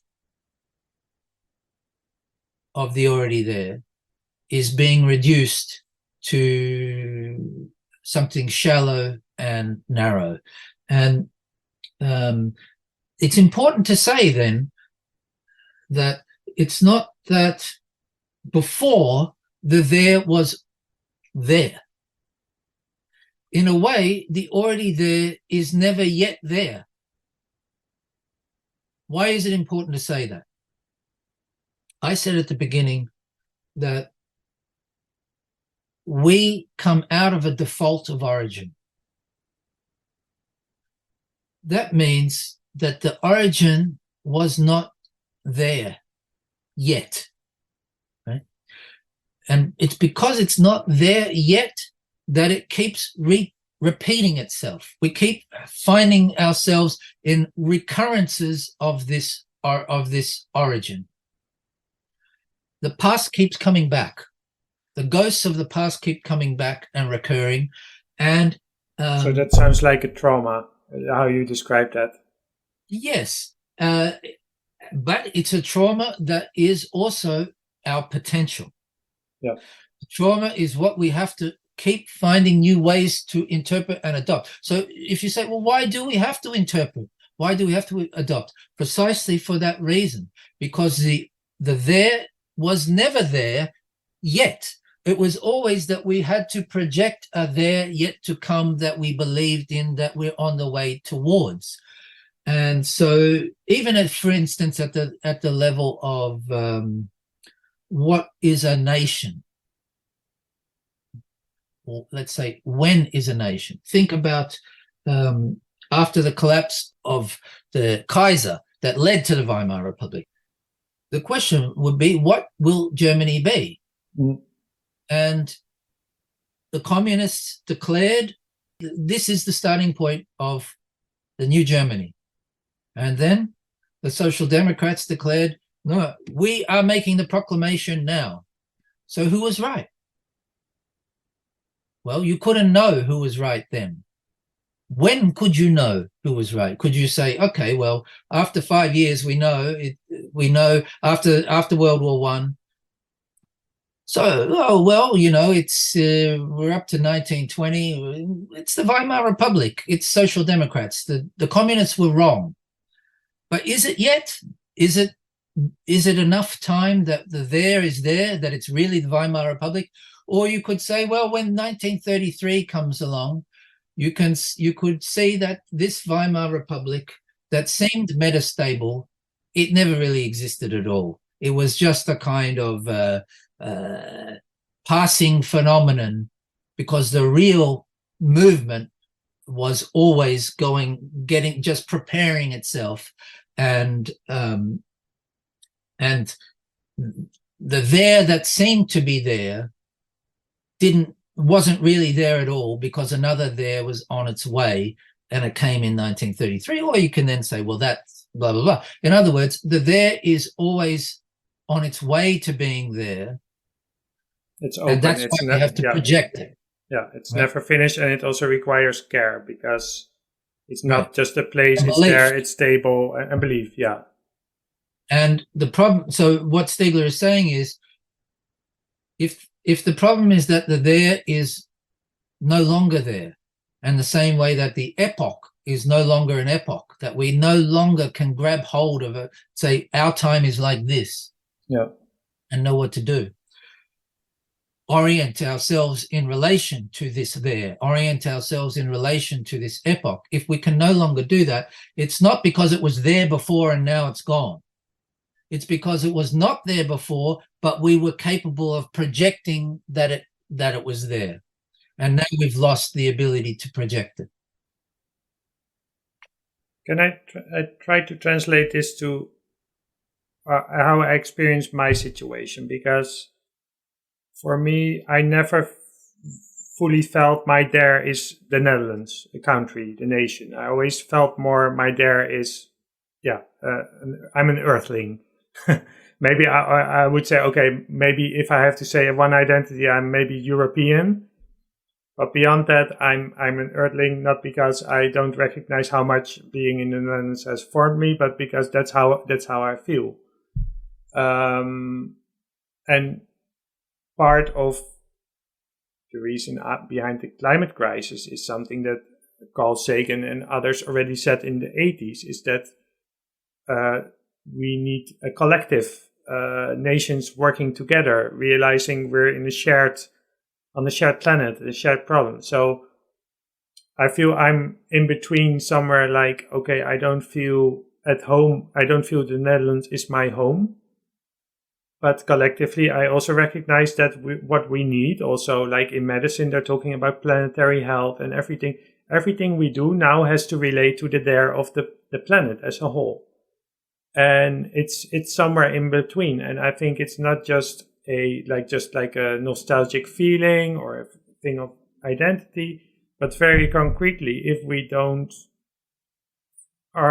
are not there on the planet as a whole, there's not going to be a home for us pretty soon, because it is related to care. So we don't take care of the planet as a whole. We only take care of, for instance, the discussions that are going on now is that, no, we cannot do what science tells us to do, or that we committed to in the Paris Agreement, because the Dutch economy will collapse, or because just in the Netherlands our prime minister resigned after 13 years.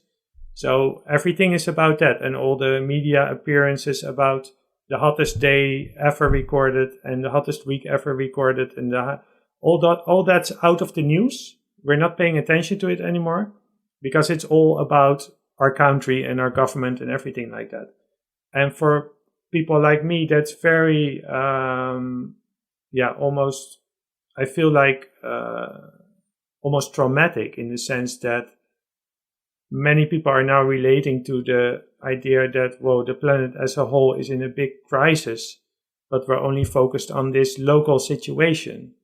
So just to finish this thought as one example, the hottest day, there's all these news, I'm sure you get them too in Australia, the hottest day ever recorded, all that stuff. So we have a Dutch news organization, the NOS, and they have a pattern where when they put that, they have to decide on an image, right? What's the primary image we're going to give to this message, because it's quite an abstract message. So what they do over and over again is they have images of playing children or people on the beach enjoying the sunshine, or children playing in the fountains in the water.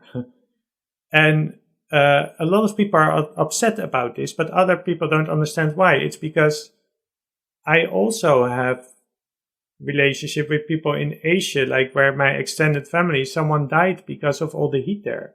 There's people in India right now that are in wet bulb temperatures, which means that they cannot give off heat to their environment, and they're basically boiling inside.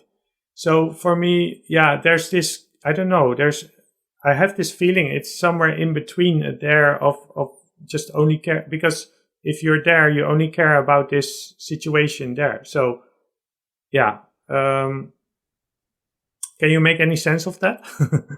Yes, definitely. Well, I'll try.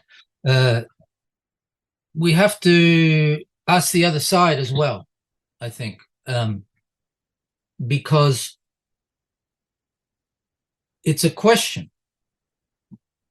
Can you constitute a locality there at the scale of the biosphere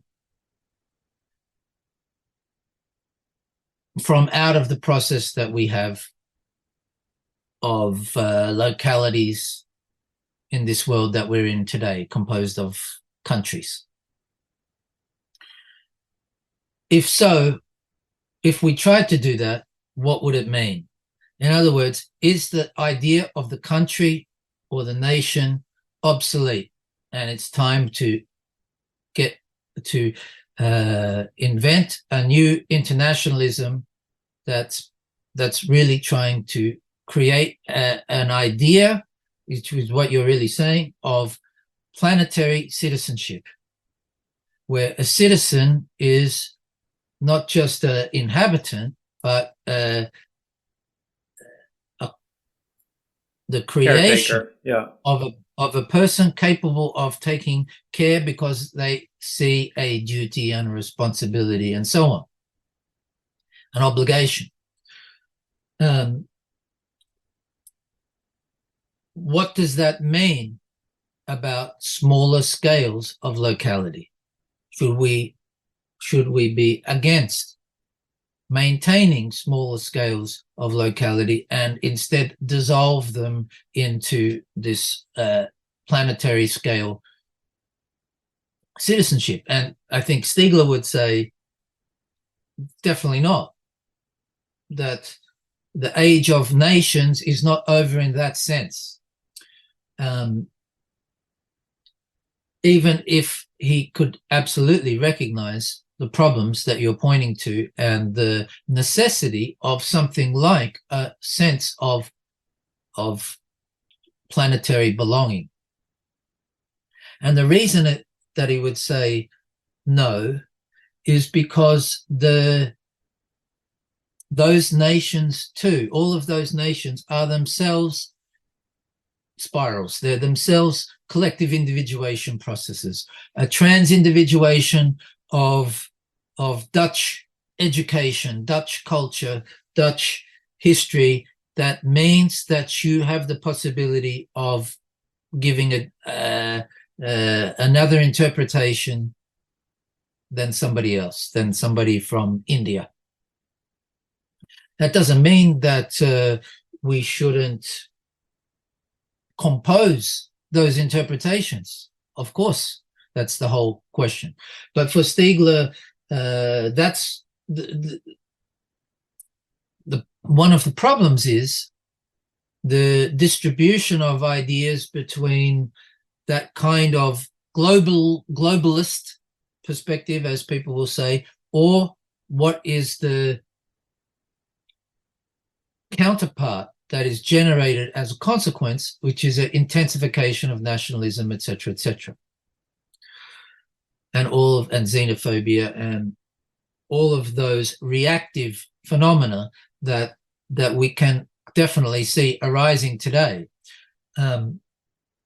Instead, he turned to the anthropologist Marcel Mauss, who at that time, at the end of the First World War and after that, tried to conceive another path beyond the opposition of internationalism and nationalism, which he called the internation, and which Stiegler takes up this idea of the internation.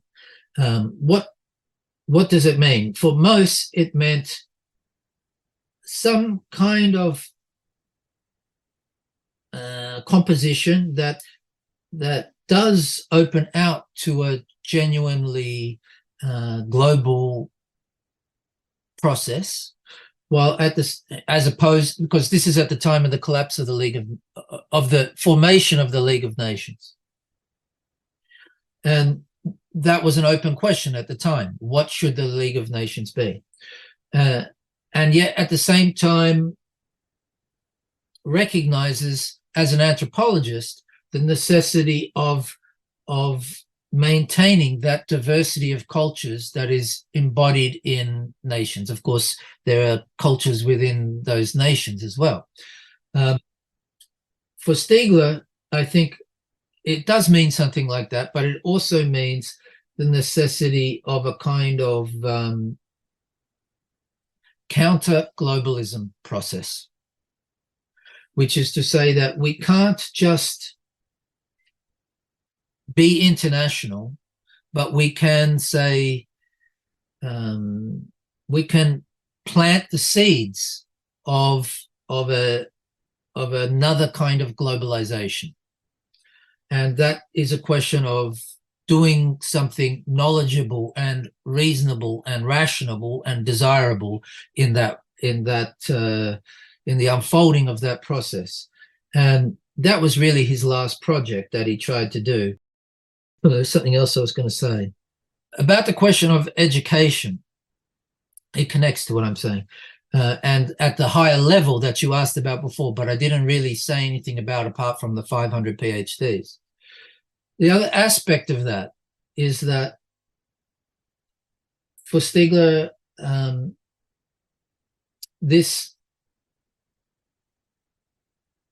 way in which we have introduced information technologies and network technologies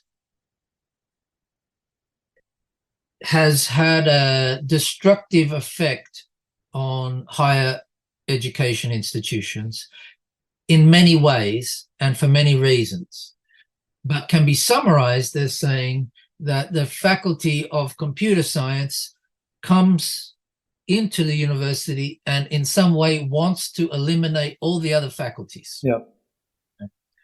And so he'll talk about that what we need is a new arrangement of the faculties and functions of the university in order to prevent this unfolding continuing any further, and which this new arrangement will have to be transdisciplinary in a new way. So it will have to involve all of the faculties rethinking their premises and their methods in relation to one understanding that all of their disciplines are always exosomatic processes with instruments and so on, to how they're all affected by the way in which these new instruments of knowledge or information operate in those faculties or on those faculties or against those faculties, and really means rethinking the basis and function of the university as a repository of the possibility of research and so on, in light of the exosomatic viewpoint that he's trying to put forward. The connection between the university and being there, for me personally, but I know from a lot of people around me as well, also part of the reason behind doing this podcast, is that I don't feel fully at home anymore at the university. So that's also one of the reasons I quit. I'm going to work at another University of Applied Science, but it's very different environment. But the university where I used to work, I had some issues around academic freedom and social safety, which were related to a discussion in the Netherlands that has to do with the role of the universities, in particular in the relationship to activism. So we have Extinction Rebellion in Australia, Yes. Yes. Not Well, exactly, but we have yes. them here, and what they do is they block a highway between the Ministry of Climate and the Ministry of Economics. They do that every few months, and their argumentation is that it's within and sight and sound and sight. So it's between like the government, the main government building, and the Ministry of Climate, and they block that road. It's an act of civil disobedience. But there are also many scientists participating. They're called Scientist Rebellion, and they're like climate scientists pasting their research papers to police vehicles. I actually haven't been part of that. I'm not part of any group. But just touching that issue is very, very controversial. Saying that because, okay, I worked at a medical institution, and the organization of these medical institutions in the Netherlands has on their website, the climate crisis is the greatest threat to public health of this moment. But it doesn't receive, if you look around you, what's happening concretely in the university and in education and in the education that university provides to medical students, it's there. Yes, sustainability is important, but it's not even close to being the greatest threat to public health. So around these issues, it seems, so this is like a place where I think the university has a societal responsibility and has to respond to society. Many have made the arguments that that the university should actively support activism. Well, that's a big problem if you say things like that. So those kind of issues, without going into particular, but just this environment just led me to a feeling of not feeling at home and even getting burned out, in the sense that I felt constantly unsafe and constantly tensed. So I couldn't relax anymore. I mean, that's, I think, has to do with burnout as well, being in such a conflict. So then one alternative would be to go, if you want to do something to respond to the climate crisis, is to go outside of academia, which, for instance, many climate scientists are doing. But preferably, the university would also be a home for people who want to respond to such issues in society. So I mean, I do now in this conversation, I connect it also to the being there. That in the same way that they say, well, I don't feel at home in the Netherlands, I didn't feel at home at the university. But Stiegler, if he's saying, well, one of the things we need most urgently is 50 PhDs. Well, PhDs are in the university system. So I guess he does see a role for the university. Yes, he definitely does. But at the same time, he sees the problems very deep. Yeah. If we think about leaving Stiegler aside for a minute, let's think about the question, should the university take a position on an issue itself? Right? In Australia, we're currently seeing that happen on one particular issue.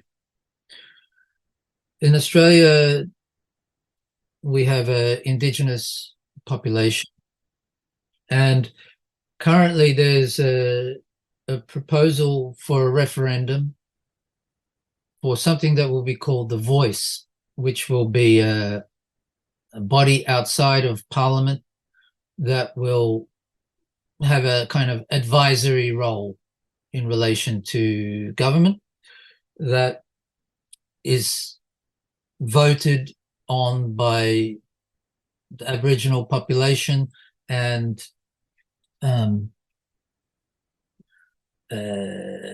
won't have any direct power, but will have the ability to advise.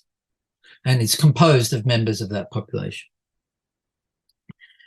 And the universities are, it seems like they're deciding whether they should take a position in relation to the Voice, and are taking a position in favor of the Voice. For myself, I'm in favor of it.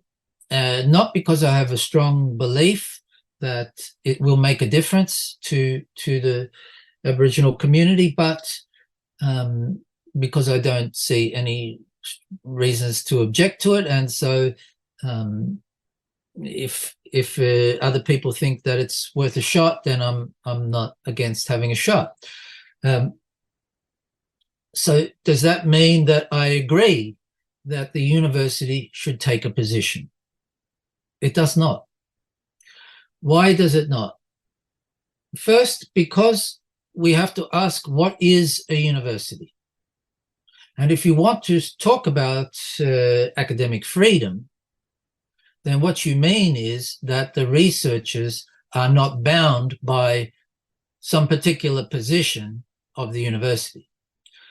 And so, which is to say, of the university, or what is above the university, the state. Or a lack of position where the university says, well, you, for instance, if the university wouldn't take, and they say, well, we don't take a position, but you as an individual academic would take a position.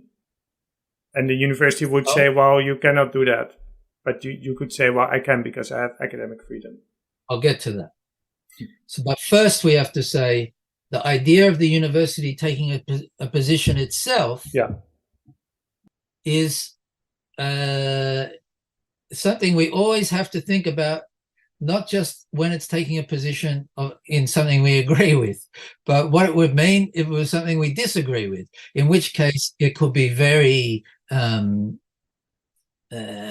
problematic for our research. So if we think, well, the university should only take a position on things that it's so obvious that it should be for, and every good person should be for it, then maybe we're not thinking hard enough about the risks of the university taking a position. And more importantly, that it runs counter to the idea that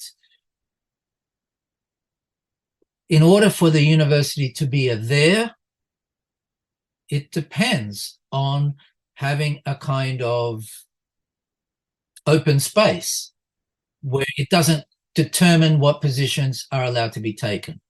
Now, I think we have to say the word position here is not a very good word, because it sounds very one-dimensional, for or against something or other, when really what we mean is a view, or like an opinion, not an opinion in the sense of, well, it's just your opinion, but an opinion in the sense of what an opinion piece in a newspaper used to mean, which is a considered opinion on the basis of knowledge that I am respected for having enough that I can write this authoritative opinion in the newspaper, and others may agree or disagree, but they agree or disagree within a context of interpretations. Yeah, that's what exactly, by the way, happened in my case.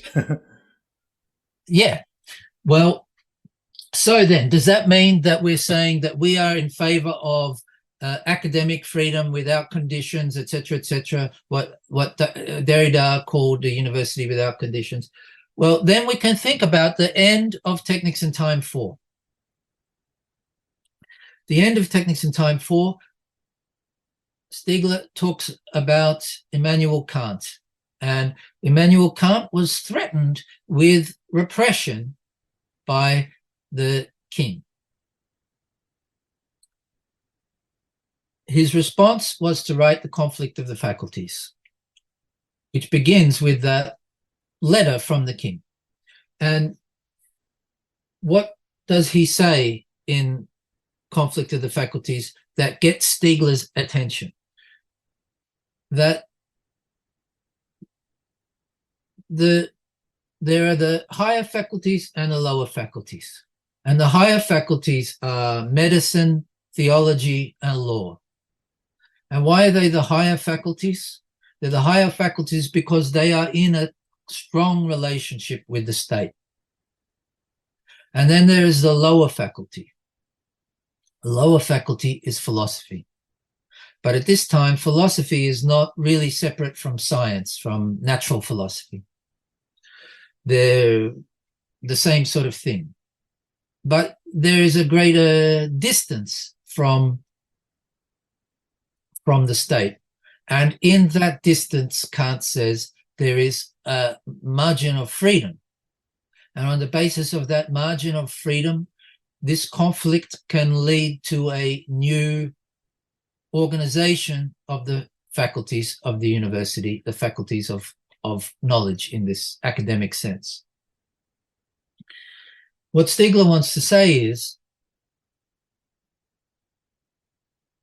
it's not a question of some kind of pure academic freedom or a university with no conditions whatsoever. Knowledge has its function. Research has its function. And that function is part of the state and bigger than the state. And the state can recognize that that function is both something smaller than the state and something that exceeds government, exceeds the state, it's on the scale of the planet or whatever. And yet it's not pure freedom. What Stiegler would say is, well, this is precisely why the question is not just to resist these incursions on our freedom by a stupid university that has been made stupid because it doesn't conceive of itself as a place of open research, but conceives of itself as a brand that needs protecting in the way that corporations protect their brands. That's the real problem.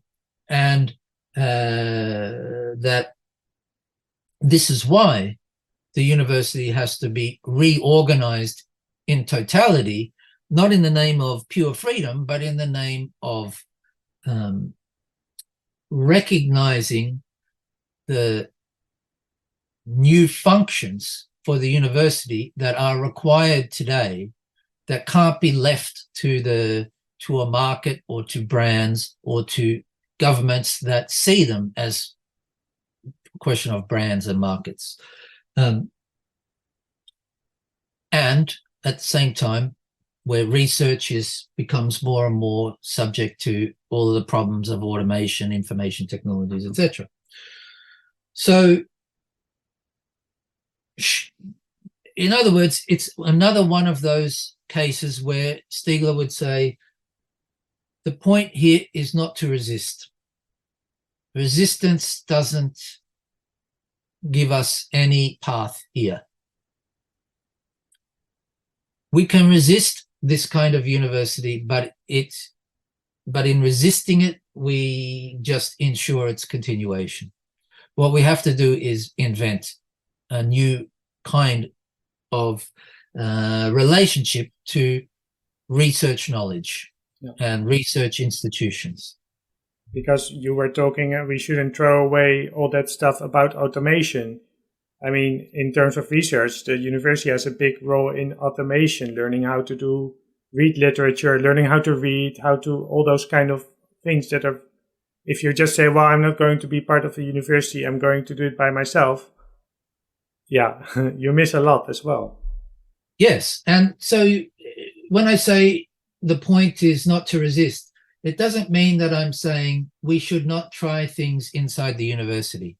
We should try things inside the university, but those things have to be proposals proposals based on concepts that we have to push on the grounds that if the people that ran the university or the people that run the government or the people that run the corporations put the money in really sat down and thought about what is being proposed and the reasons why and the concepts with which those reasons are being explained, then they would want to agree as well, because the force of the argument is strong, and because they themselves already know that these problems have to be thought about and dealt with and taken care of. They already know it, and they want to know it, but they also want to deny it. And we live in a world where the problems are so deep that it becomes impossible to deny them anymore. But at the same time, they're so deep that we have to deny them more than ever. And when you have to deny something, when it's become impossible to deny it, then you go crazy and you start to behave in a crazy way. And we see that kind of madness rising everywhere. And Stiegler would say, this is what's going on. We cannot deny it anymore, which means we know it. We need to deny it more than ever, which means we're going crazy. And so we don't want to go crazy, but somebody has to show the possibility of an alternative. Yeah, and then so if we look at what Kant did, including a letter of the king in your book, that's courageous. It's taking a big risk, and apparently it's been successful. Because, I mean, no one remembers the name of the king and everybody knows Kant, right? So I'm thinking about, just also thinking about my own situation, because I've been thinking about how is, in my experience, this idea of academic freedom related to safety, social safety. I didn't feel safe anymore. And I think it was John Cleese say something about creativity, where he says, well, creativity, you need a kind of a foundation for safety where you can basically play, because you can try different things. That's also how I see research a lot. You have to try different things. It's not even about, I'm taking a position on this or this or this. That's what's happening a lot now. About people speak about woke culture and whatever. They take a position in a debate. But for me, it wasn't so much about taking a position in a debate. It was about pointing to something and saying, well, scientists who think their work is so alarming that they block a road and get arrested, and know that they're going to get arrested and know that they're going to get in trouble. They're courageous. Whatever you think about their position, they're courageous. And history for sure will judge that they're right. I mean, they are on the side of science. So for me, climate activists engaging in these kind of behavior are the loudest voice of science, at least in the Netherlands. And then I would say the job of the university is to support this kind of courage. But it also sounds a little bit like what you are saying. It's like to convince somebody of an idea which you believe in. This idea, you believe that if people just, care to look at it, care to consider it, they will be convinced that it's actually a good idea. But at the moment you're proposing that, it takes courage to do that. Well, look, I mean, if a university was a place of research and openness to the possibility of research being conducted, whether it's pure, whether it's totally free or conditionally free, the question is whether the research can go on, and whether somebody's blocking the street or something, it's no different than their private life. They might have 3 wives, whatever. Yeah. It doesn't affect the research. So if the university's concern was its function, then they wouldn't care about this issue. Yeah. This is why I say it's about their brand and marketing. Their brand, because right, yeah.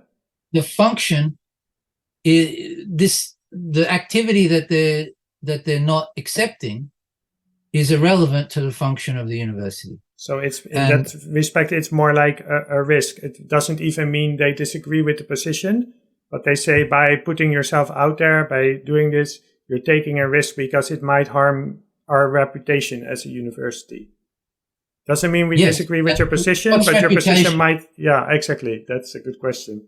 Reputation is a marketing idea. Marketing, yeah. Your brand reputation. Yeah. Right. Yeah, because if reputation meant the quality of the research or the quality of the teaching, then it wouldn't depend on these factors. But we lose all of those. In a way, it's the same as the teacher saying to the 3-year-old, "This is not the same as your home.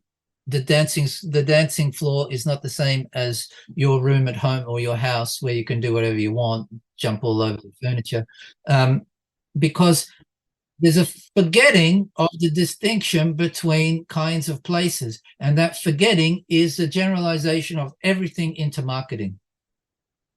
Well, at least the teacher is clear. They're saying, well, you can't do this in the school.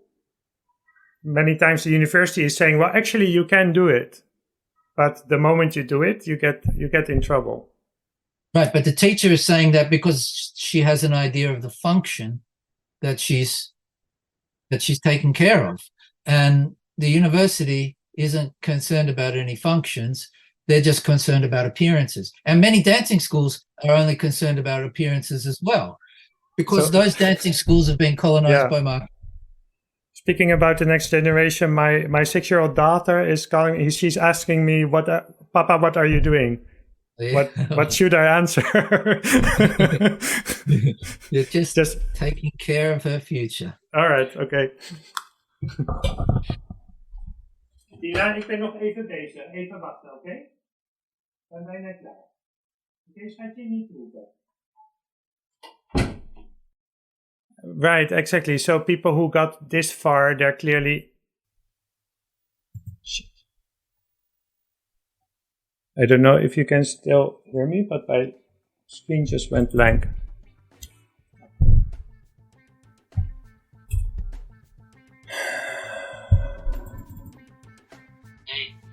Yeah, okay, this is my computer right now. My screen just went blank. Oh my god, so... well, maybe it's enough. Maybe it's enough, but I hope, because it still has to save the recording. So, that's the thing. So, yeah, anyway, I'm gonna try, I'll let you know. I'm going to try to resolve the recording, and I hope that Zoom made the backup.